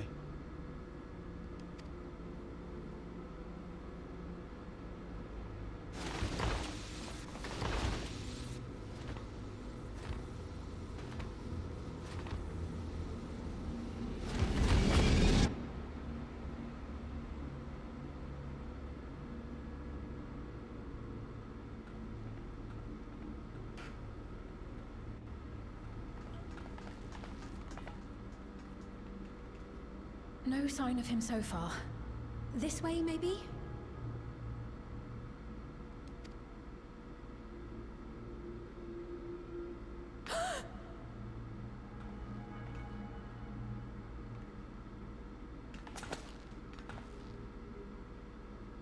Geode!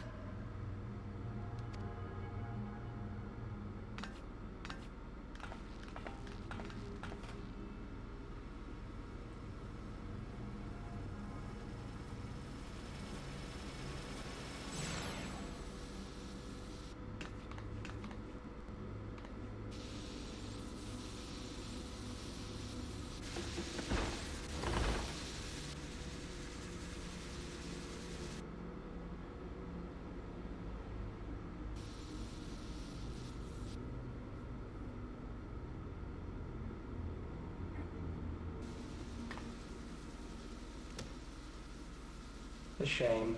I had hoped to leave here with at least one more cell's worth of ether.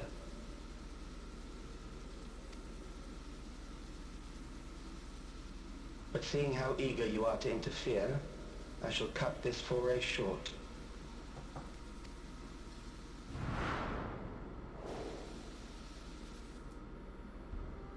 Calyx. What could you possibly stand to gain from these atrocities? Ether sufficient to generate 5,000 endless. How would you acquire it? How would I? Until I have the key, the reflections are closed to me. Thus do I make do with the sources at hand. 7% of Alexandria's current population will yield the energy to convert 5,000 into endless. With 11%, operations could continue unabated for 800 years.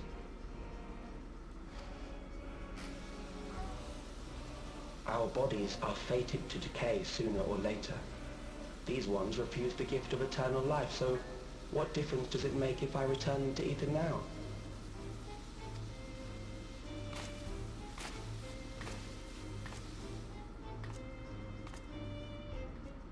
And there's that evolution rhetoric of his, tinged with a tasteful note of I will not nihilism. waste time and resources on meaningless conflict.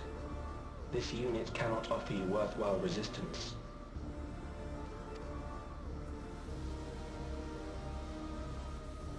Instead, I pose a question. Would you hand over the key if I promised to halt my harvest?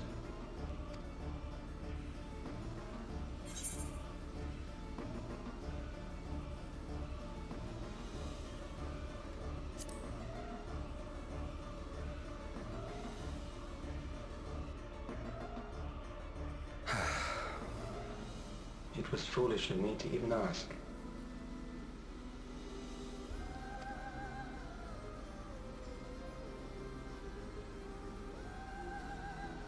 I return to my work then. There is much to do if I must take the key by force.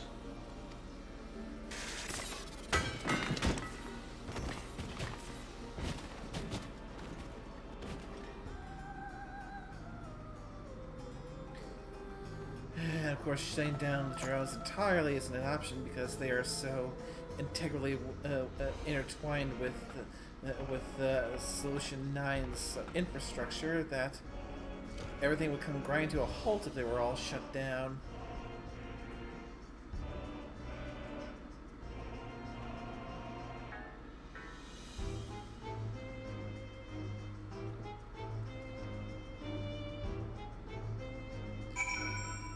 So Calyx is dead set on this endless evolution plan of his, and it doesn't care. He doesn't seem to care how he goes about doing it, whether it's harvesting the ether from the reflections or from a portion of his own populace. He's going to do it either way. Oh, lovely.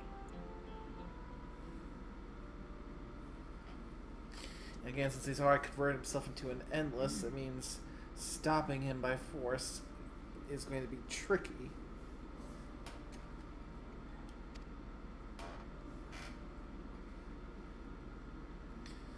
Yeah, and his whole argument for him harvesting his people is that oh, they're gonna end up withering and turning to dust anyway. What's and they turn down my offer for immortality. So what's the harm if I just accelerate the process?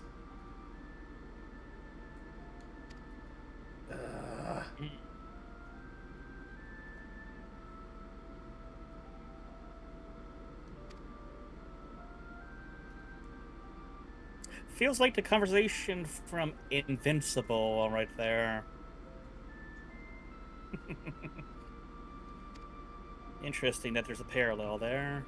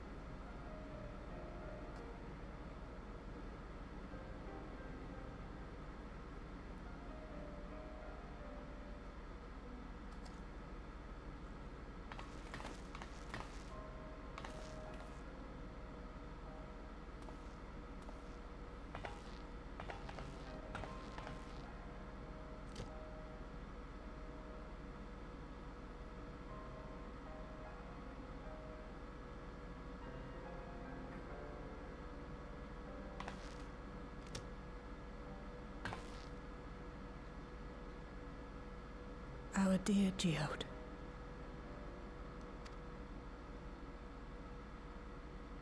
The soldiers. If only I'd been able to control them. This isn't your fault, Golulja. The blame lies with Calyx, and with him alone. It's all so senseless. Why force his plans upon us when we're already happy, living our lives? What does he even think life is? I'll never forgive Calyx for doing this. Or myself for being powerless to stop him. Wait, where are you going? To clear my head. Don't worry, I won't do anything stupid.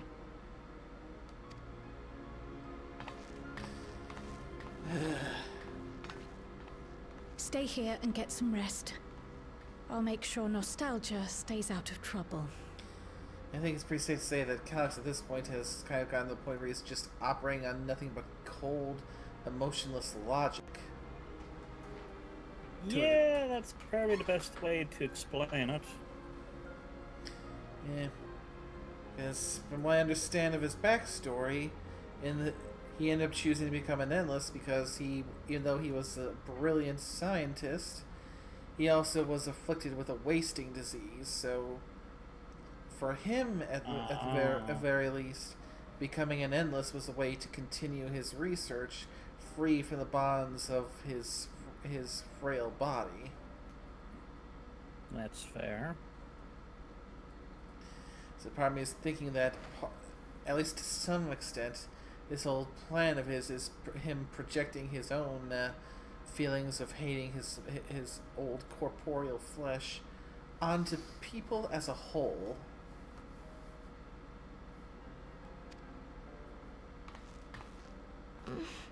Thank you.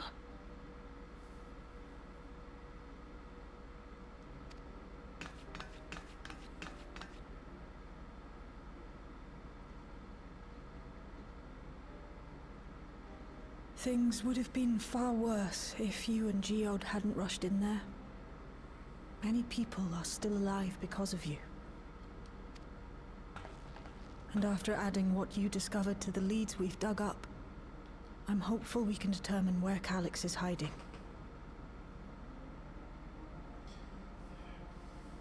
Because, yeah, Calyx is definitely quite callous, because he was saying how harvesting 11% of the Alexandrian population would give enough ether to keep the 5,000 Endless running for 800 years. He actually calculated it to that extent, and has made it painfully where he's willing to do so, especially since we're doing our best to withhold the key to give him access to the other reflections, and keep it away from him. Yeah. But not right now.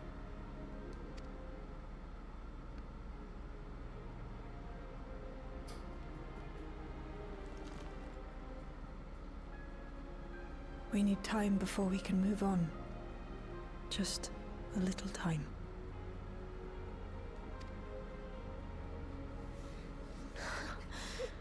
Oh, Geode.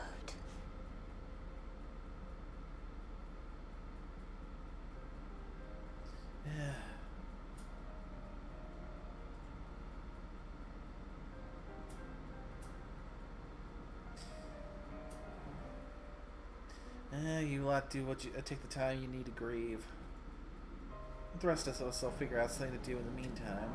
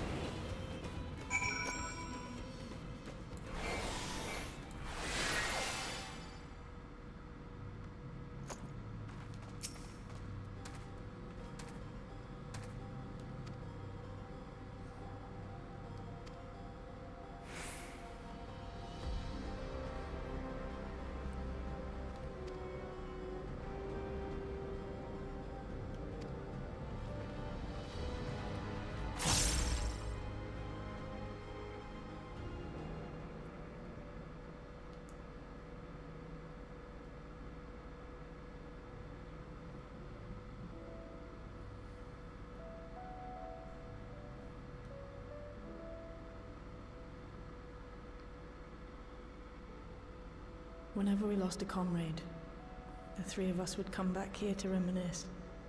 Me, Geode, and Kafkiwa.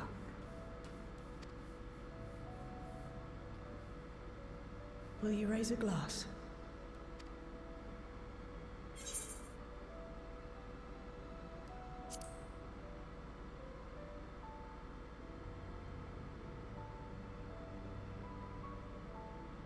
Oh!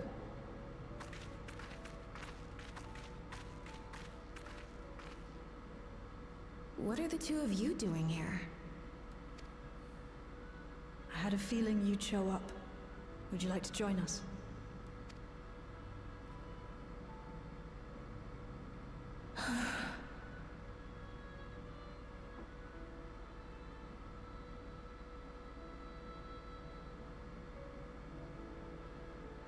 I suppose I could spare a moment.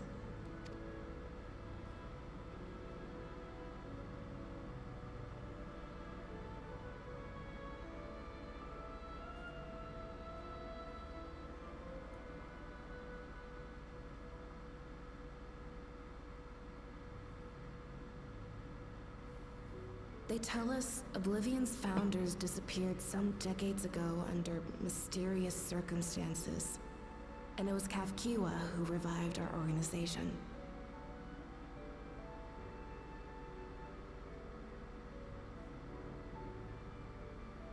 You and Geode helped her with that, didn't you? Tell us more about it. You're keen to know too, right? What they were like back then. The mad things they got up to. That sort of thing.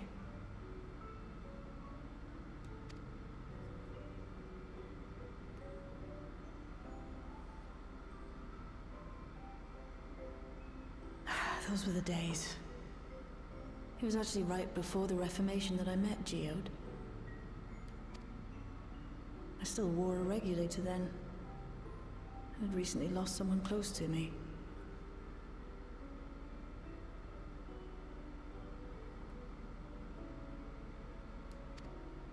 I'd also quit a long stint as an adapter to work at a bar of all places. It paid me to sit with patrons and keep them company.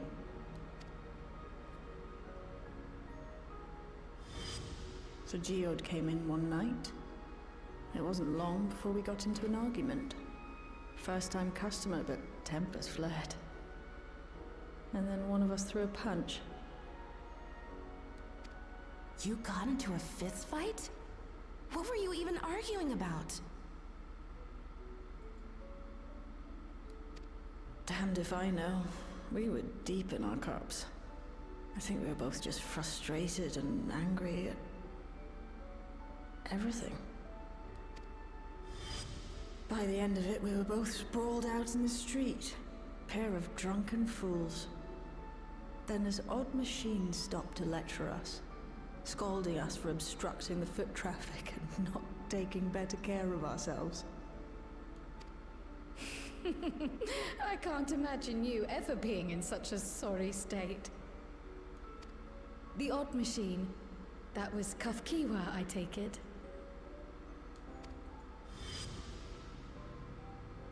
That it was.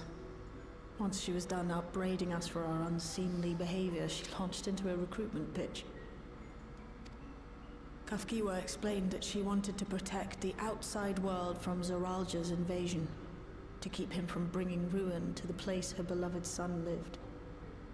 And if we were so intent on self-destruction, then perhaps we might consider risking our hides for a just cause.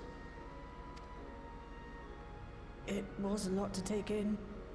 I hadn't given much thought to what lay beyond the barrier, and learning that Kafkiwa herself was already dead was enough to make my head spin.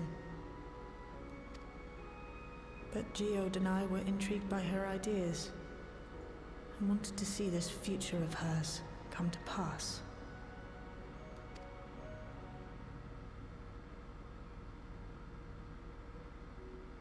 Geode often spoke of it. He told me that meeting Kafkiwa was what first taught him the value of remembering people. like he was sharing a holy revelation. Oh, but back then you hadn't yet taken on Oblivion's name, had you? Is that so? I just assumed. It hadn't been Kafkiwa's intention to carry on Oblivion's legacy, nor adopt the cause your parents championed. Not initially, at least. She wasn't even aware such an organized resistance existed. She did, however, suspect the presence of other dissidents, those who objected to resurrecting the memories of the dead in defiance of the natural order. In the hopes of identifying like-minded comrades, we began searching the core system for traces of unauthorized access. And that's how we found it. An anomalous sector in the back of the Neon Stein. According to Melancholy, the door to that mystery had remained firmly shut since she took over the business. The back room. The back room. We forced our way in, only to discover that the hideout had long been abandoned. Although the occupants were gone, the equipment they'd left behind contained records of a group calling itself Oblivion. After reading through their exploits and their vision for the future, we made the decision to carry on their work. Thus were my parents' and Kafkiwa's hopes bound together. And carried onward by Shale and Geode. We could never have made it this far on our own, of course. Not without the strength of arms you and your friends provided.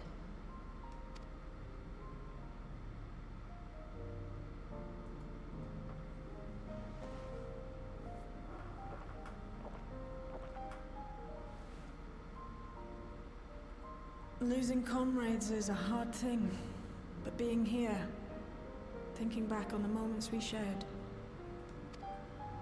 I can see their smiles, hear their laughter. I feel their presence, and I know they're still with us.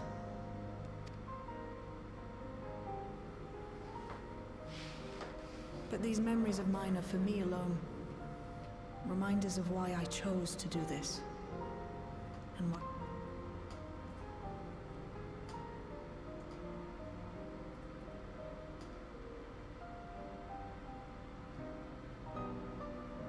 Right. Time we got back to work. Thank you, everyone.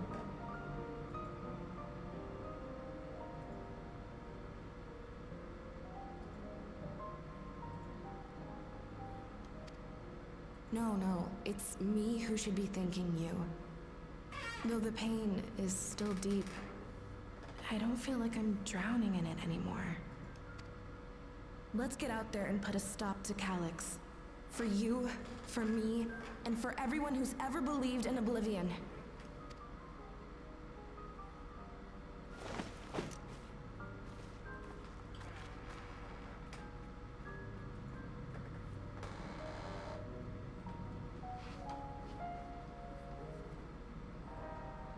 Yeah, glad to see that little talk managed to help them work through their grief a little bit.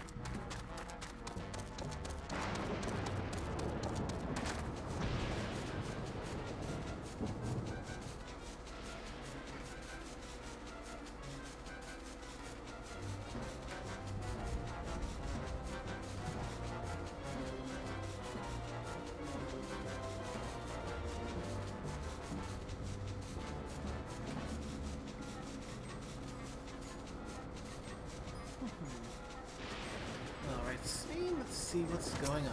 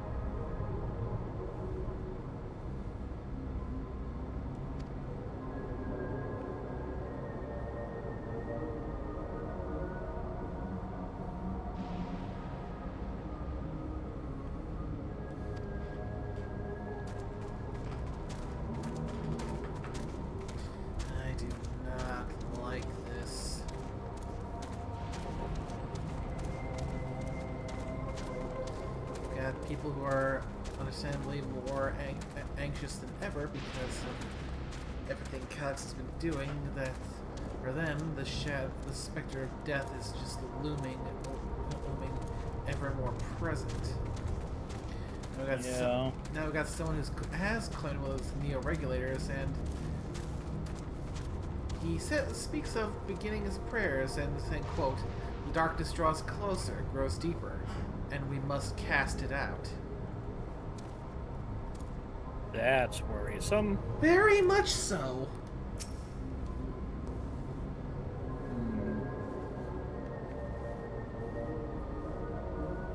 I'm worried, though, about people that are going to be pushed too far and go full-blown into depression on this. If everything's looking like death, that's going to be a level of hopelessness that is very much contagious. Yeah.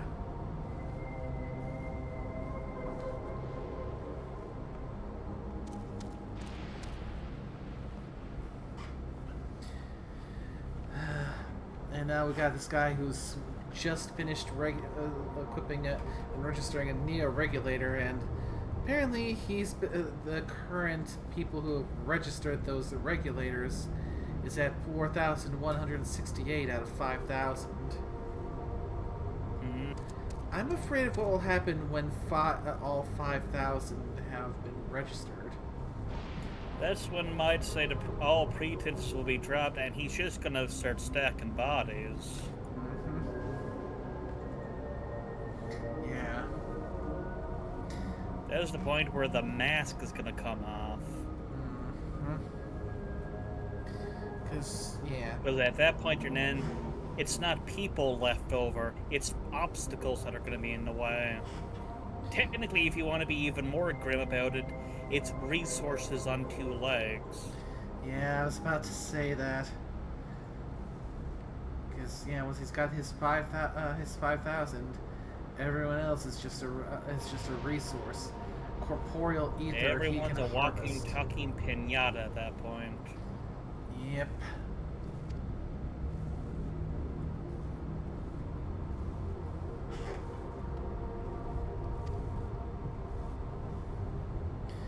Plus, considering that we're getting so close to all of them being held up, there's not a distinct possibility of some of the ones who have decided they can't live with the sudden reality of the specter of death.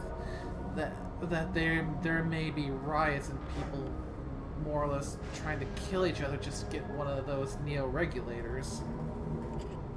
That is definitely a very grim possibility. Actually, it's probably not even a possibility, it's probably going to happen. Especially when you start getting down to the single digits. Hell, even when you get down to... Well, actually, yeah, you're already into the 3 digits, so... Yeah, that's going to spiral out really badly, real quickly.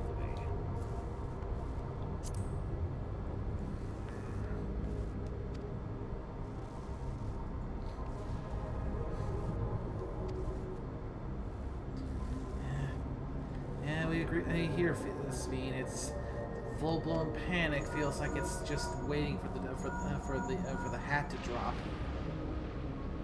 Yep. Shit is going wonky there, that's for certain.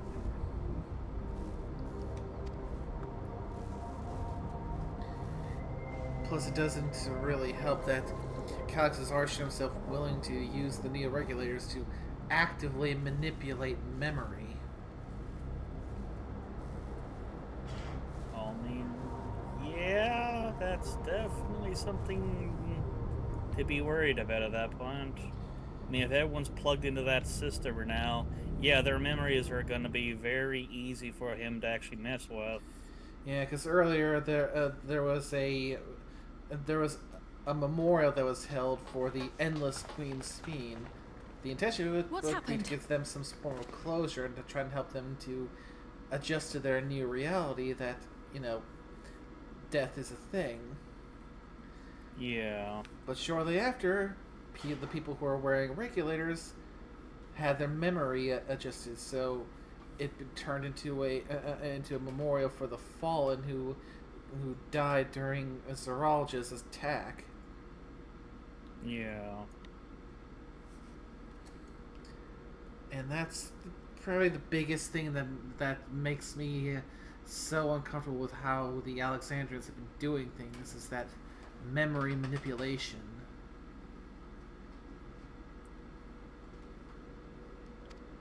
Sorry to drag you out here, but I thought it best you see for yourself.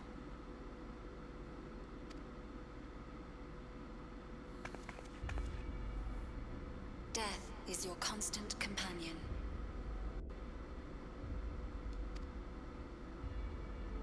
Though you toil with diligence, death may come ere your reward is bestowed.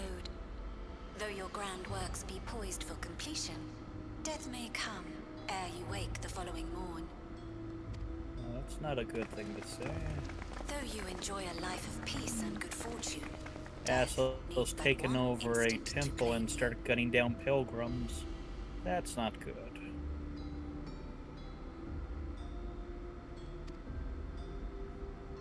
your bodies are weak.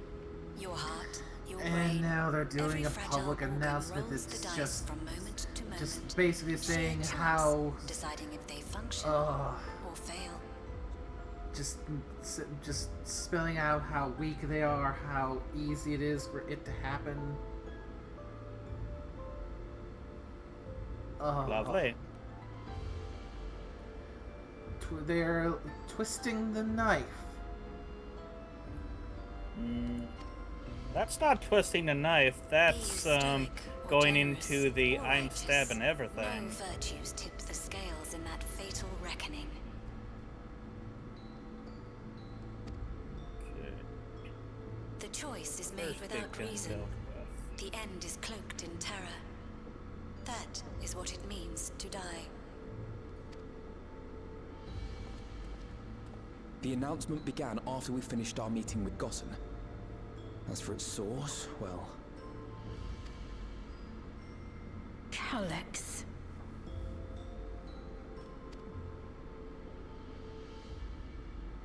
There is no shame in being afraid. It is that very fear which will drive you to conquer death.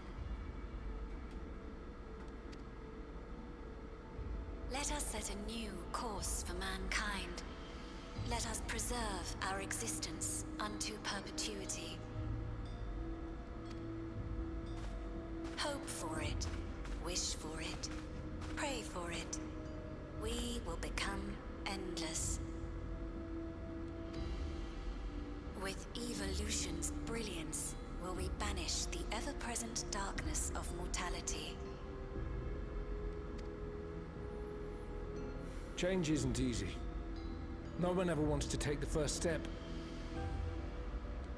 But this is the right path for us. What other way could there be?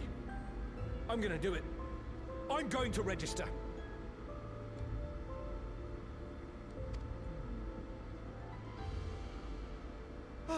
Glamat.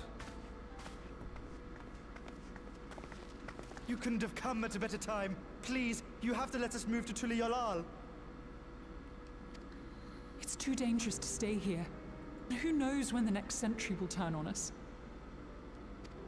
Even if we wanted to become endless, there are no more neo-regulators to be had. Fleeing is our only option.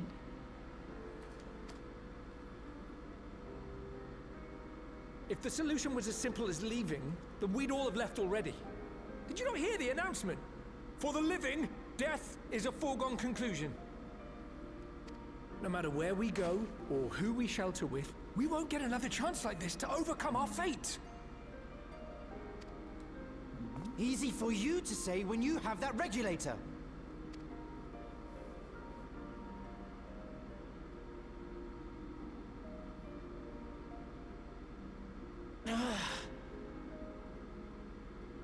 The Landsguard are on their way as we speak, and arrangements have been made to see that you all will be safely evacuated. Tuliyollal will aid you in whatever way we can. So please, remain calm.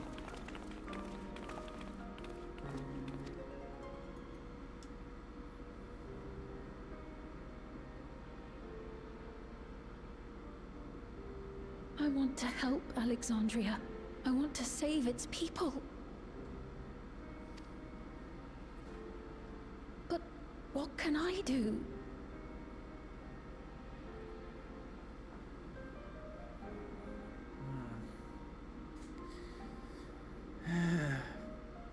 At this point, Speen, revealing yourself as the original queen may be, well, I honestly don't know if that would help her or not, because...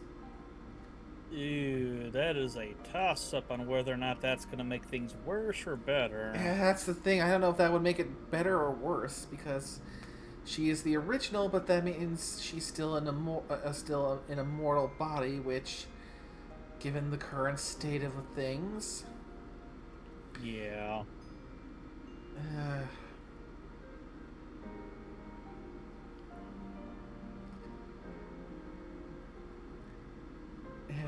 It would be a drastic thing, but at this point, I don't know.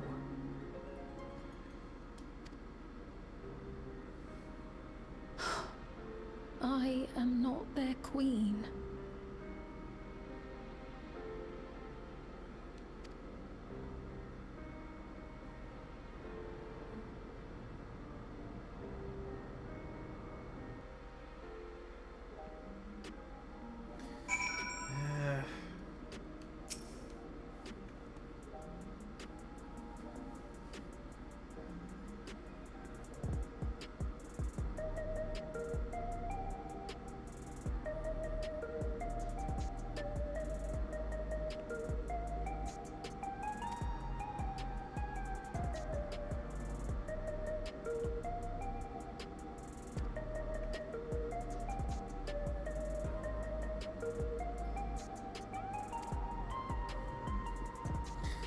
Yeah, I suppose that's probably the biggest thing, that Calyx doesn't have access to all the core systems in Alexandria, which means he could just very easily send those cybernetic troopers out, even outside of the barriers of Alexandria.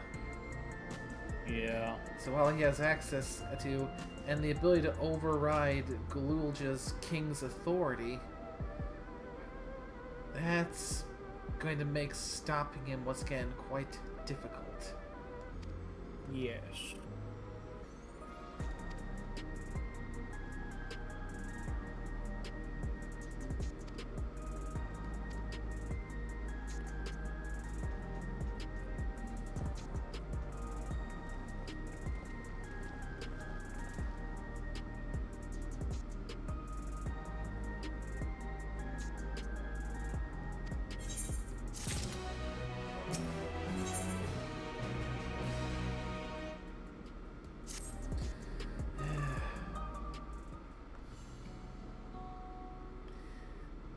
suppose the most despicable thing is that he's willing to butcher his own people and drive them into such a deep despair for his proposed evolution.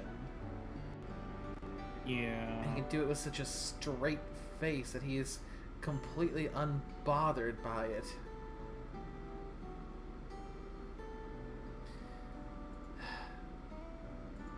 I think the centuries of him being an endless and living solely in his head, but purely to science, logic, and reasoning, without any kind of emotional plea to ground things. Yeah. I'm pretty sure at this point, any emotions he might have had are dead. Heck, I wouldn't put it past the guy to purposely go and delete the memories of such emotions so he can make himself an unfeeling force of science. I could see that.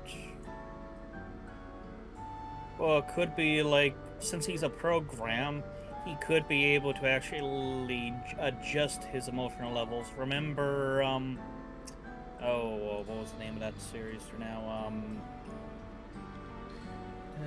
The one with, like, the E-brains. Psychopaths, perhaps? No, not Psychopaths. It's that one where the second season went, like, way off, left base, into, like, oh, existential horror. Yeah, that went well. Remember with the bunny ear girl. Her little, pet, like, bunny little, it's the one that had, David Tennant, as the Doctor, not...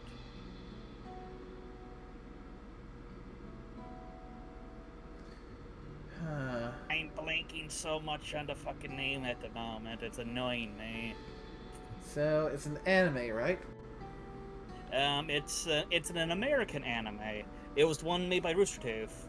That wasn't Ruby. It was the other one. It's the one Genlock. that was Genlock. Thank you. I'm like, it's like me, like remembering that one in the first season. Now, yeah. Our Scottish lass. Remember, she did adjust her own mental state now because, like I said, she was running a software inside the E-brain, so you can do those sliders if you wanted to. Yeah, so that's probably what he's done. It's very much a real possibility because every time he's shown up on screen, we can see his face. He always had that same blank, deadpan expression. No matter, even when he talked about being vexated, frustrated, or things of the like, he always had this monotone, flat delivery, just completely devoid of emotion.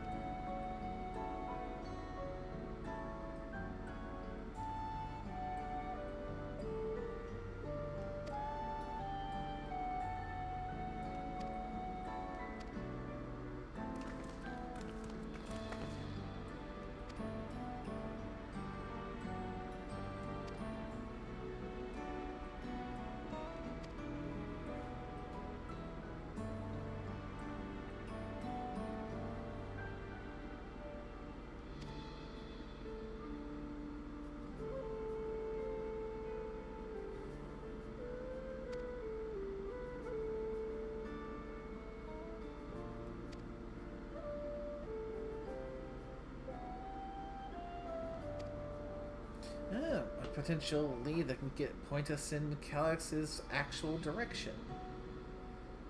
That's good. Yeah. Lead the way.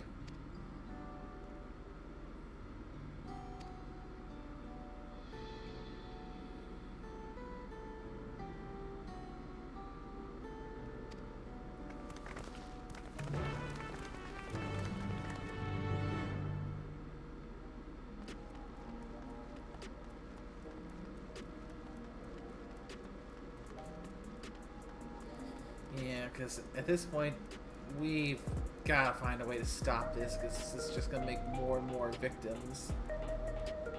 Yepers.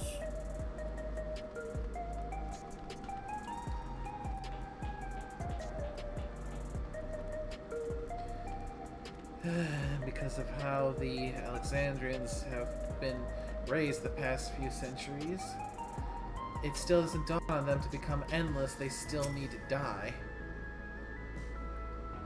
Yeah. They may be effectively living on as memories, but it'll still be an amalgamation of them. It won't be the exact same them.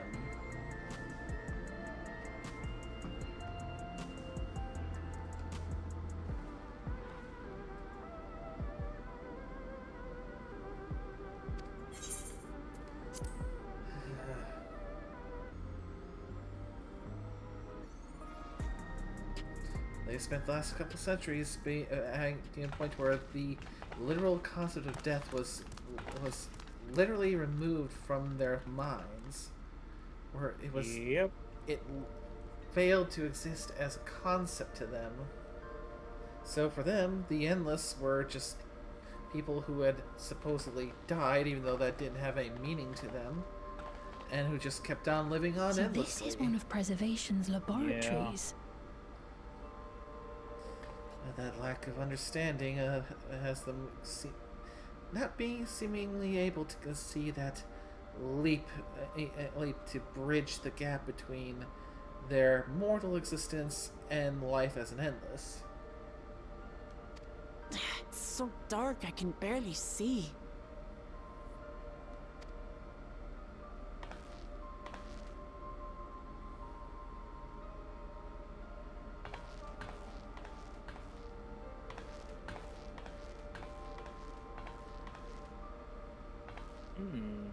Just a moment. If I can reroute the power to the circuit.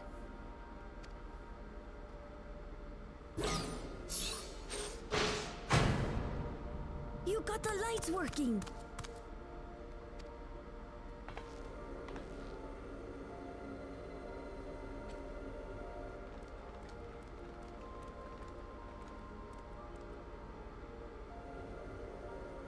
Smell how stale the air is.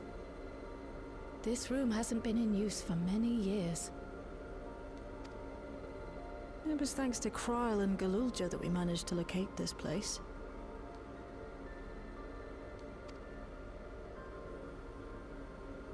You may remember that my earring contained the control code for the gate to the Golden City. As it was Preservation that constructed the portal, we reasoned that the code to operate it might include a signature of some sort, unique to their organization. So I took a closer look, and a line-by-line examination yielded a string of symbols identifying the code's author. We then began accessing the nodes for every door in Everkeep, seeking out control codes which contained those same symbols.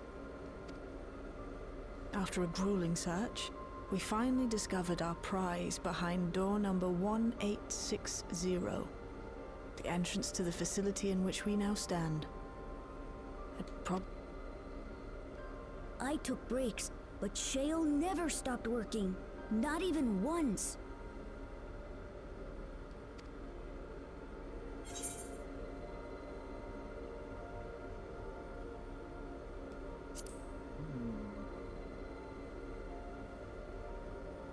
I can contribute precious little else, I'm afraid, but I appreciate your kind words.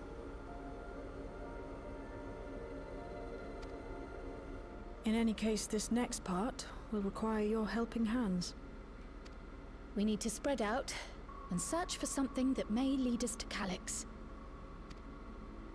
We're more than happy to help, of course. But I wonder, won't he realize we've found this place?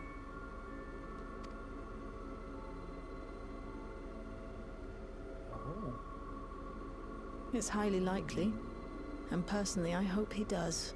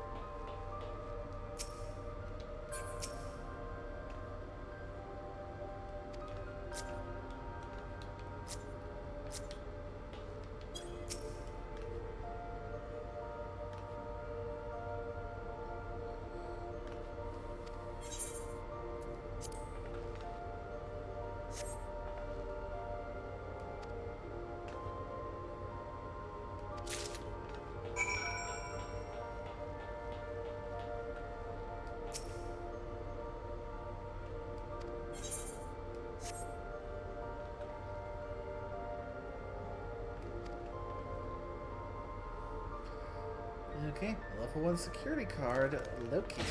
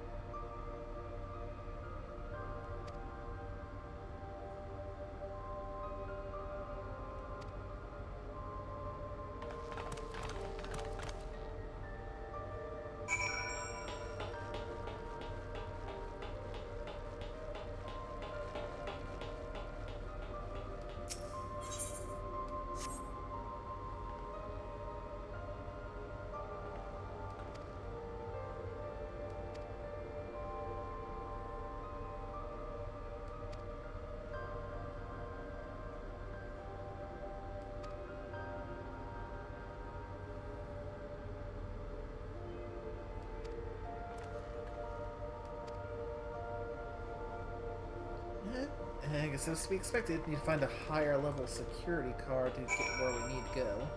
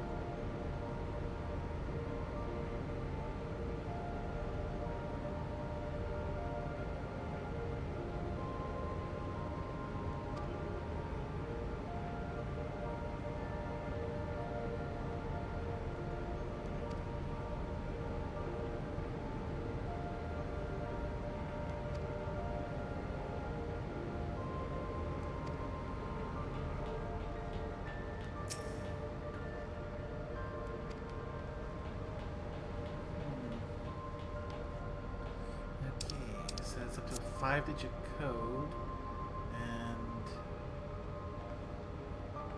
Script 158 was a significant one.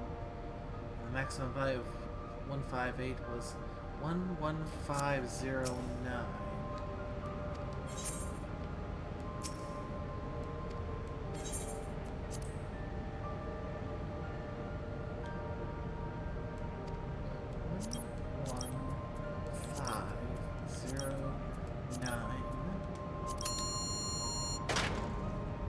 Success.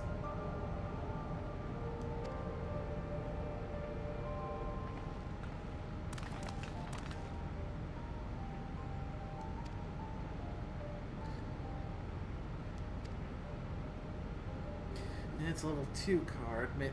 Hopefully this one will open up the doors we need to get a level 3 card.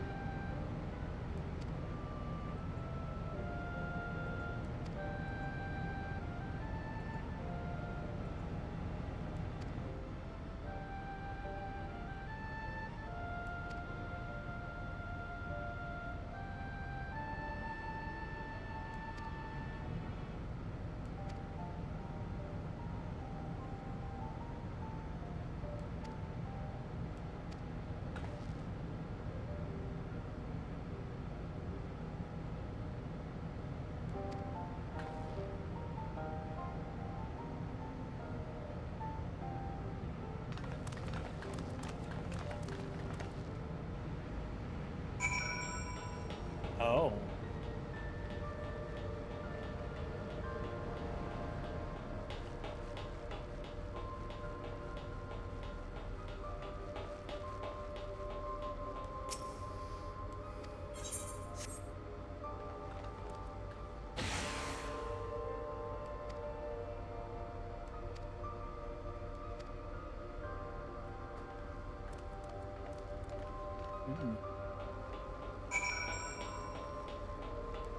This is gonna be a fun one. Well, we have a bit of an acid trip ahead for us on Voss. Lovely.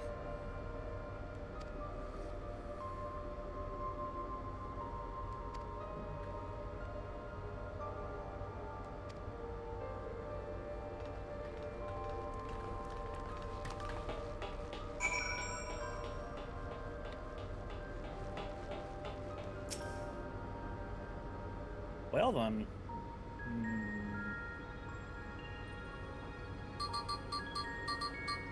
Interesting.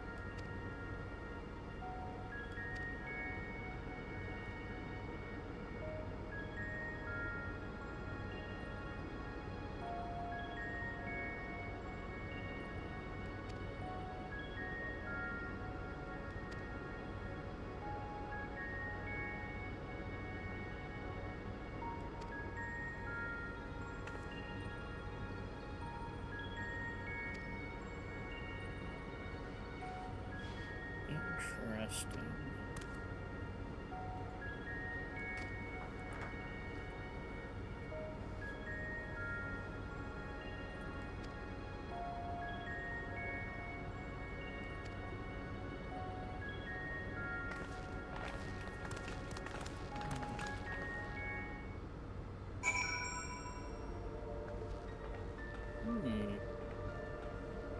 What a odd boss fight this is.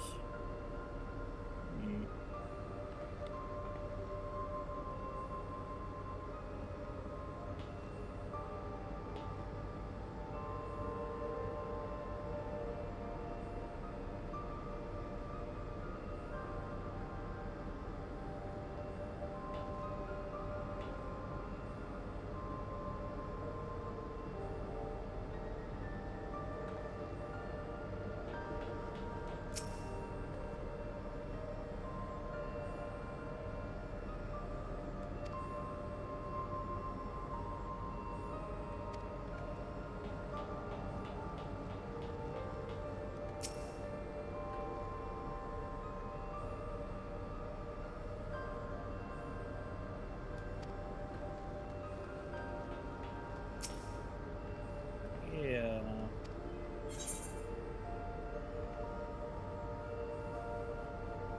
The really weird thing with this is the actual, like, it changes the coloration of the actual game, Banyo.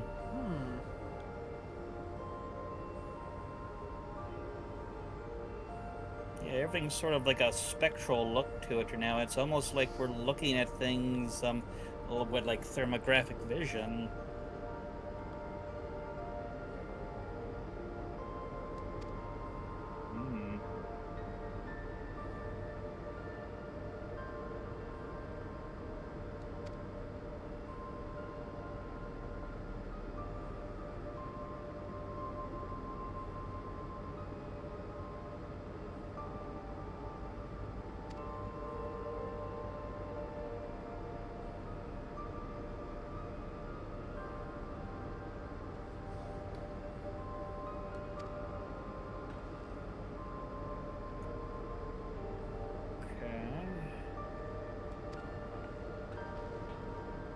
Interesting. Fire one.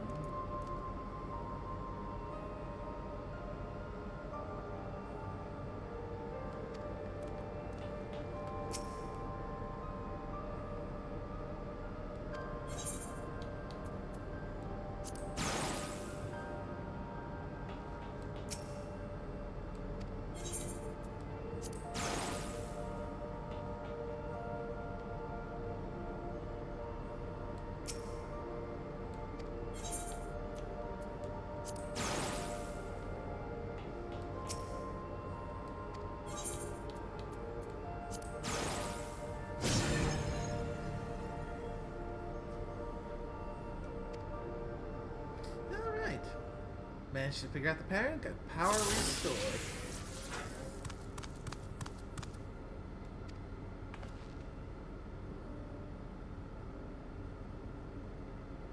And I just noticed the time, so probably as soon as I can finish this current bit in this area I'm in, because it's kind of an instance thing, probably be a good time to wrap it up after that. Yeah, you've been going for a while now, so yeah, it's just about midnight now. Yeah, story's been sucking me in again. You know that feeling.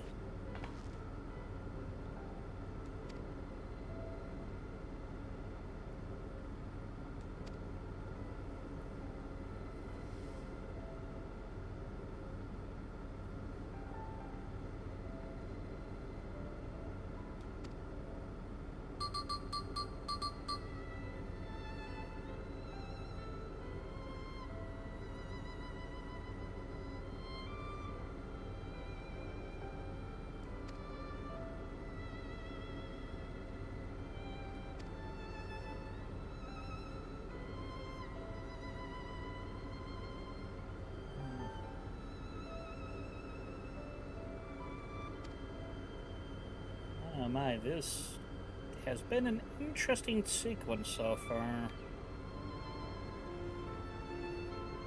Although I don't know how your potato's going to like this part. Oh, fun. Like I said, I don't know if the odd, like, visual effects are going to be anything that's a bit of a detriment. Ooh, you're a Goldie.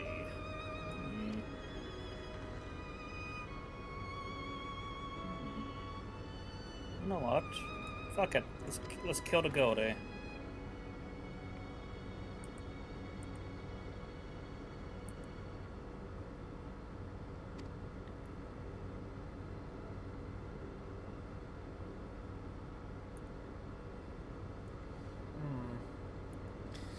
I wonder if it says anything that when Calix started doing all this science and research, he was also at the time an 11-year-old prodigy, along with that withering disease he had.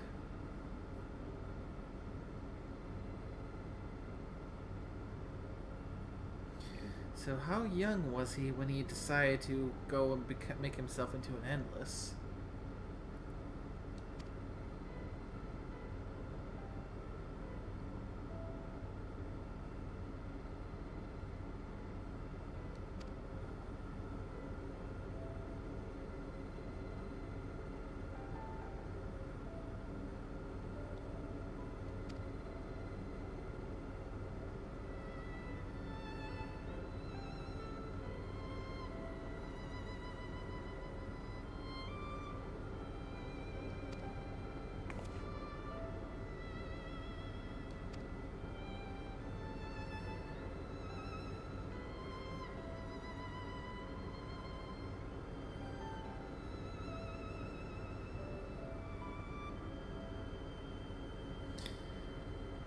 Yeah, that might be a good way of describing him, Fiend.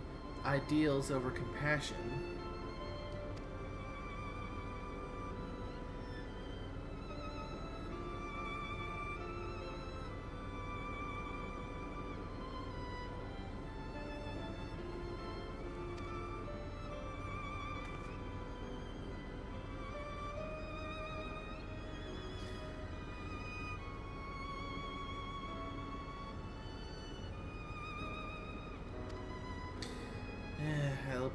Means it would definitely give some weight to my theory is that because he was born and suffered and so early suffered from some kind of wasting disease that he saw life and mortality as being cruel and deigned to make himself the savior to free people from its supposed injustice.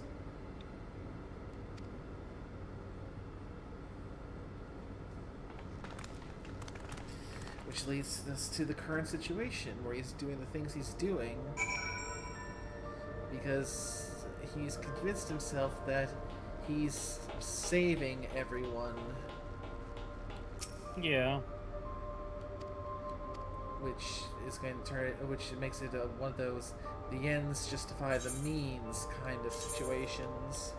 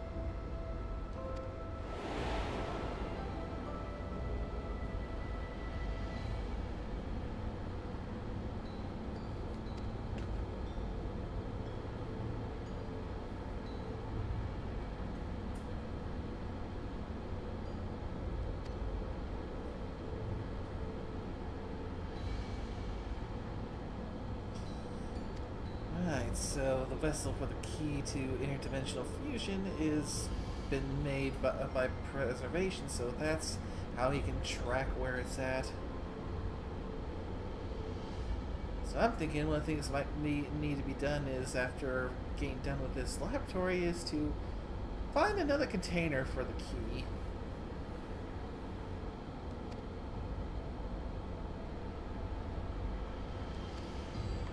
Well then, that was an odd moment for certain.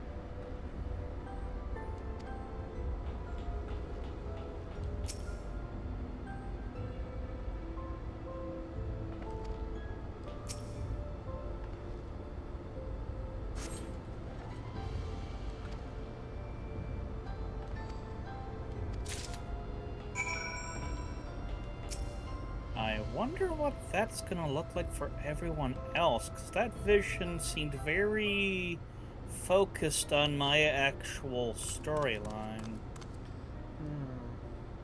We might all get different ones, maybe.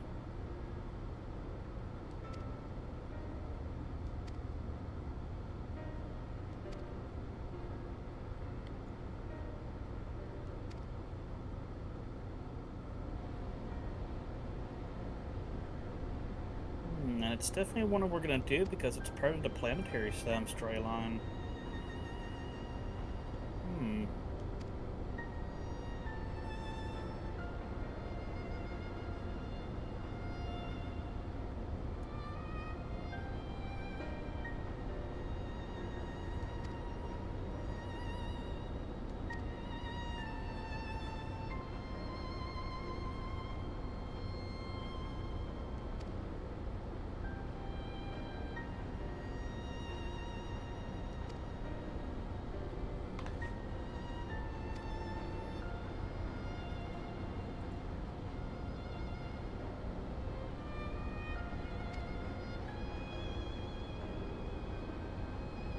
Oh god, I'm going to therapy.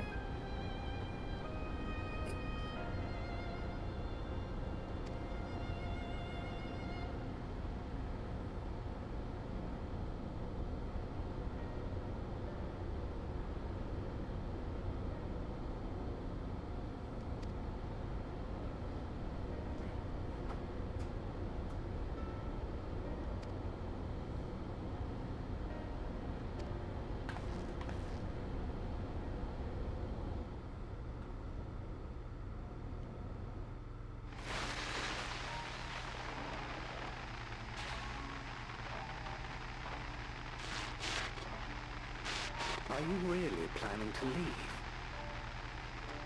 Yes. The idea of Oh, eternal this is life mystical kid therapy. That's has begun to fun. frighten me. I struggle to renounce our conventional wisdom. Death is the means by which life prunes its branches, leaving the trunk to grow strong and tall. We die so that our species may flourish. What would become of mankind were we to halt that process? If unending stagnation is the I fruit feel of like our labor, this particular then perhaps scene's we gonna strive change for the wrong thing. a lot of different things. This one seems to be linked to like what you're actually like Is your a racial rejection is. of Master Calix's vision. That's a unique angle. I suppose it is. Perhaps such dread would not plague me, were I capable of sharing his perspective on the subject. How do I want to answer? But I cannot. He and I are too different, in too many ways. I lack his extraordinary genius. Either one works I had here. no illness threatening to cut my life short, no singularity of will to cut away all distractions and focus solely upon research. Shit, I actually don't know which way I would answer this one now. I have nothing but respect for his determination. The way he I got I overcame was a his proud prognosis chess and servant or a seized the naive means to alien among transcend death humans. itself.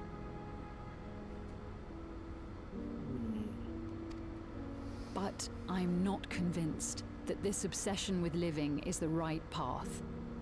That's why I've decided to leave preservation and put all my effort towards building a legacy for the next generation to come. Surely you...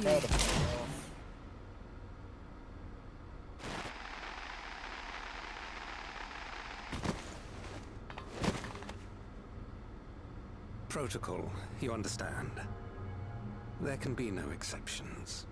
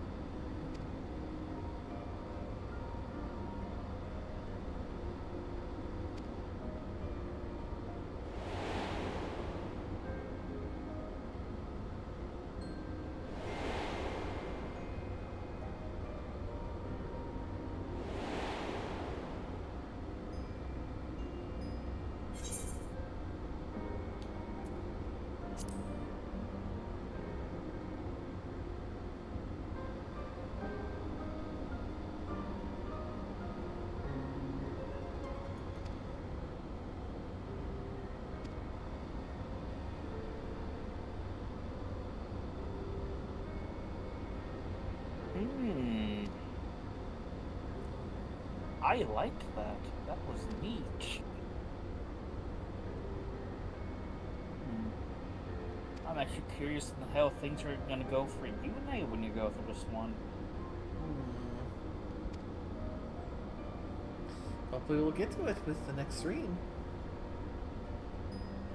I mean, maybe not to this point. I've gone through a few things to get to this point now. But I was more talking about your agent run. Oh. Because this was an agent's exclusive thing I was just doing there then. I'm like, oh, this shit's pretty... I wonder how it'll change them. Because like I said, there was a part of it that actually was affected by, like, my choice of being a chess. There's a chance mine might mirror yours somewhat, because my agent is a chiss. Oh, then yeah, you'd probably have the same type of wonder now, but like I said, it was like... I did the planetary, which was going through this mystical trial there now, and it actually did get referenced here that I'd gone through and did that. But in the planetary wonder now, I had a personal thing that happened to me. And, like, my vision, so I think the vision will change based on what class you are. So, very much so, I'd say all four of us for the Empire run is going to have a very different experience at that point. Which is neat, I must say. Indeed. Or it's going to be one of those ones where, even though it's a group thing, we'll still have to queue it up separate. Yeah. Okay, what do I want to click on in here?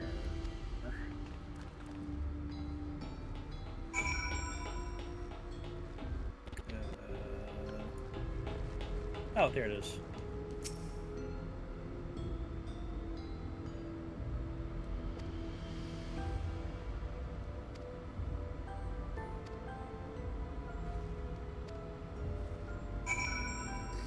Okay, office seems smaller than what was intended, so that to me screams there's gotta be a secret wall in here somewhere.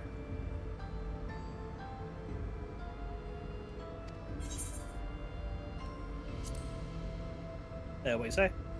Yeah, finally got to the last room, but it's apparently smaller than the floor plans seem to indicate, so that to me screams that there's a secret room in here. Oh, definitely.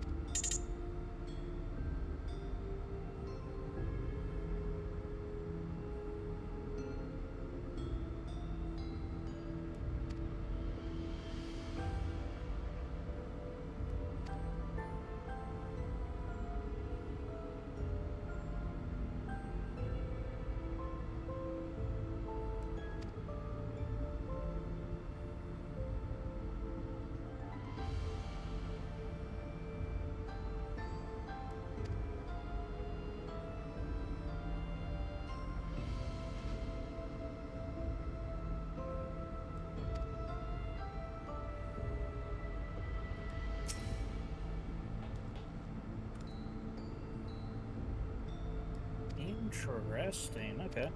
Well, I'm looking forward to this playthrough now to see... Oh god, my fucking cyborg is gonna be an interesting one here. Because it also seemed to be influenced by your actual choices in the agent storyline too, now for this part. Because it did reference my big decision at the end of chapter 1 now.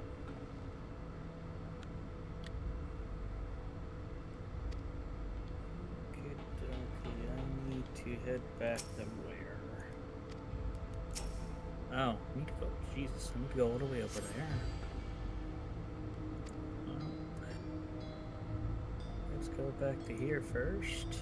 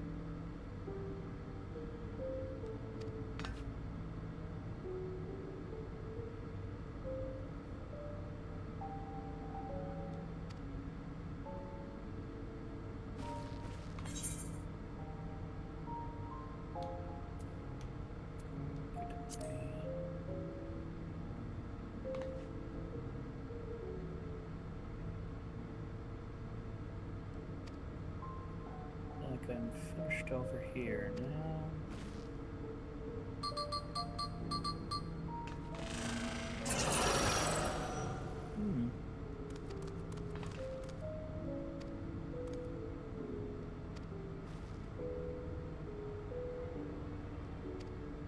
So far, Voss is growing on me. Still not too big of a fan of them forcing so many cats over the place, but to each their own, but story here is definitely an interesting one.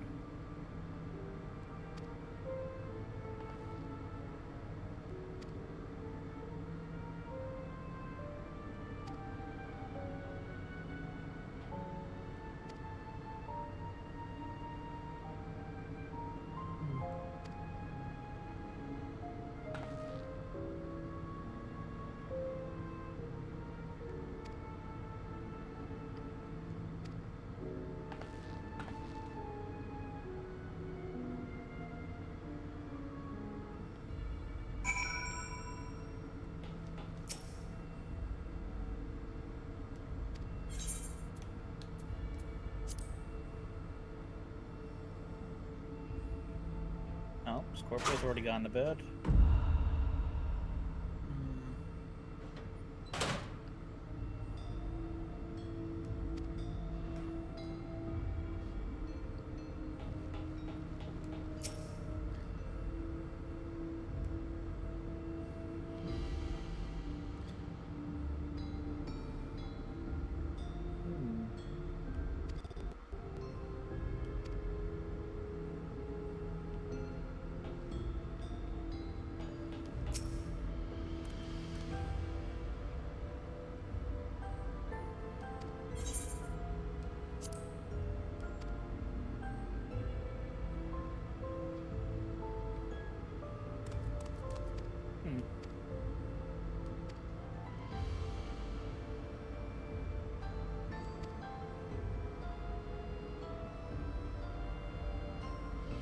Also, on other news, I managed to get Cerulean out of the very toxic relationship with Cleo. He's now with Reyna.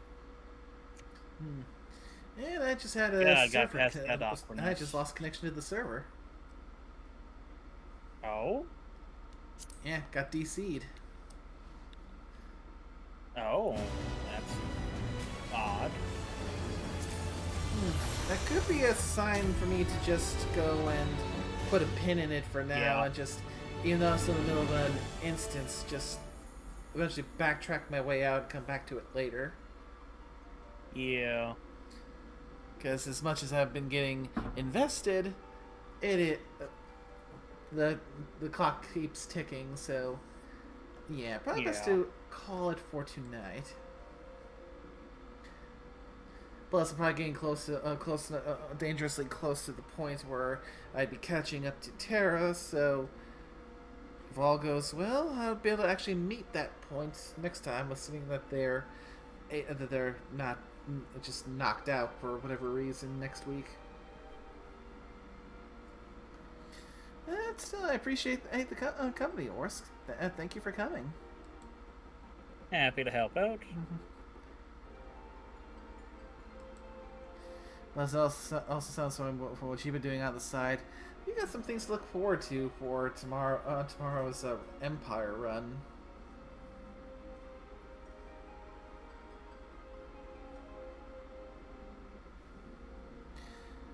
But with that said, thank you again. Thank you everyone for coming. Hope you all enjoyed it, and until the next one, take care now. Bye bye. Bye bye.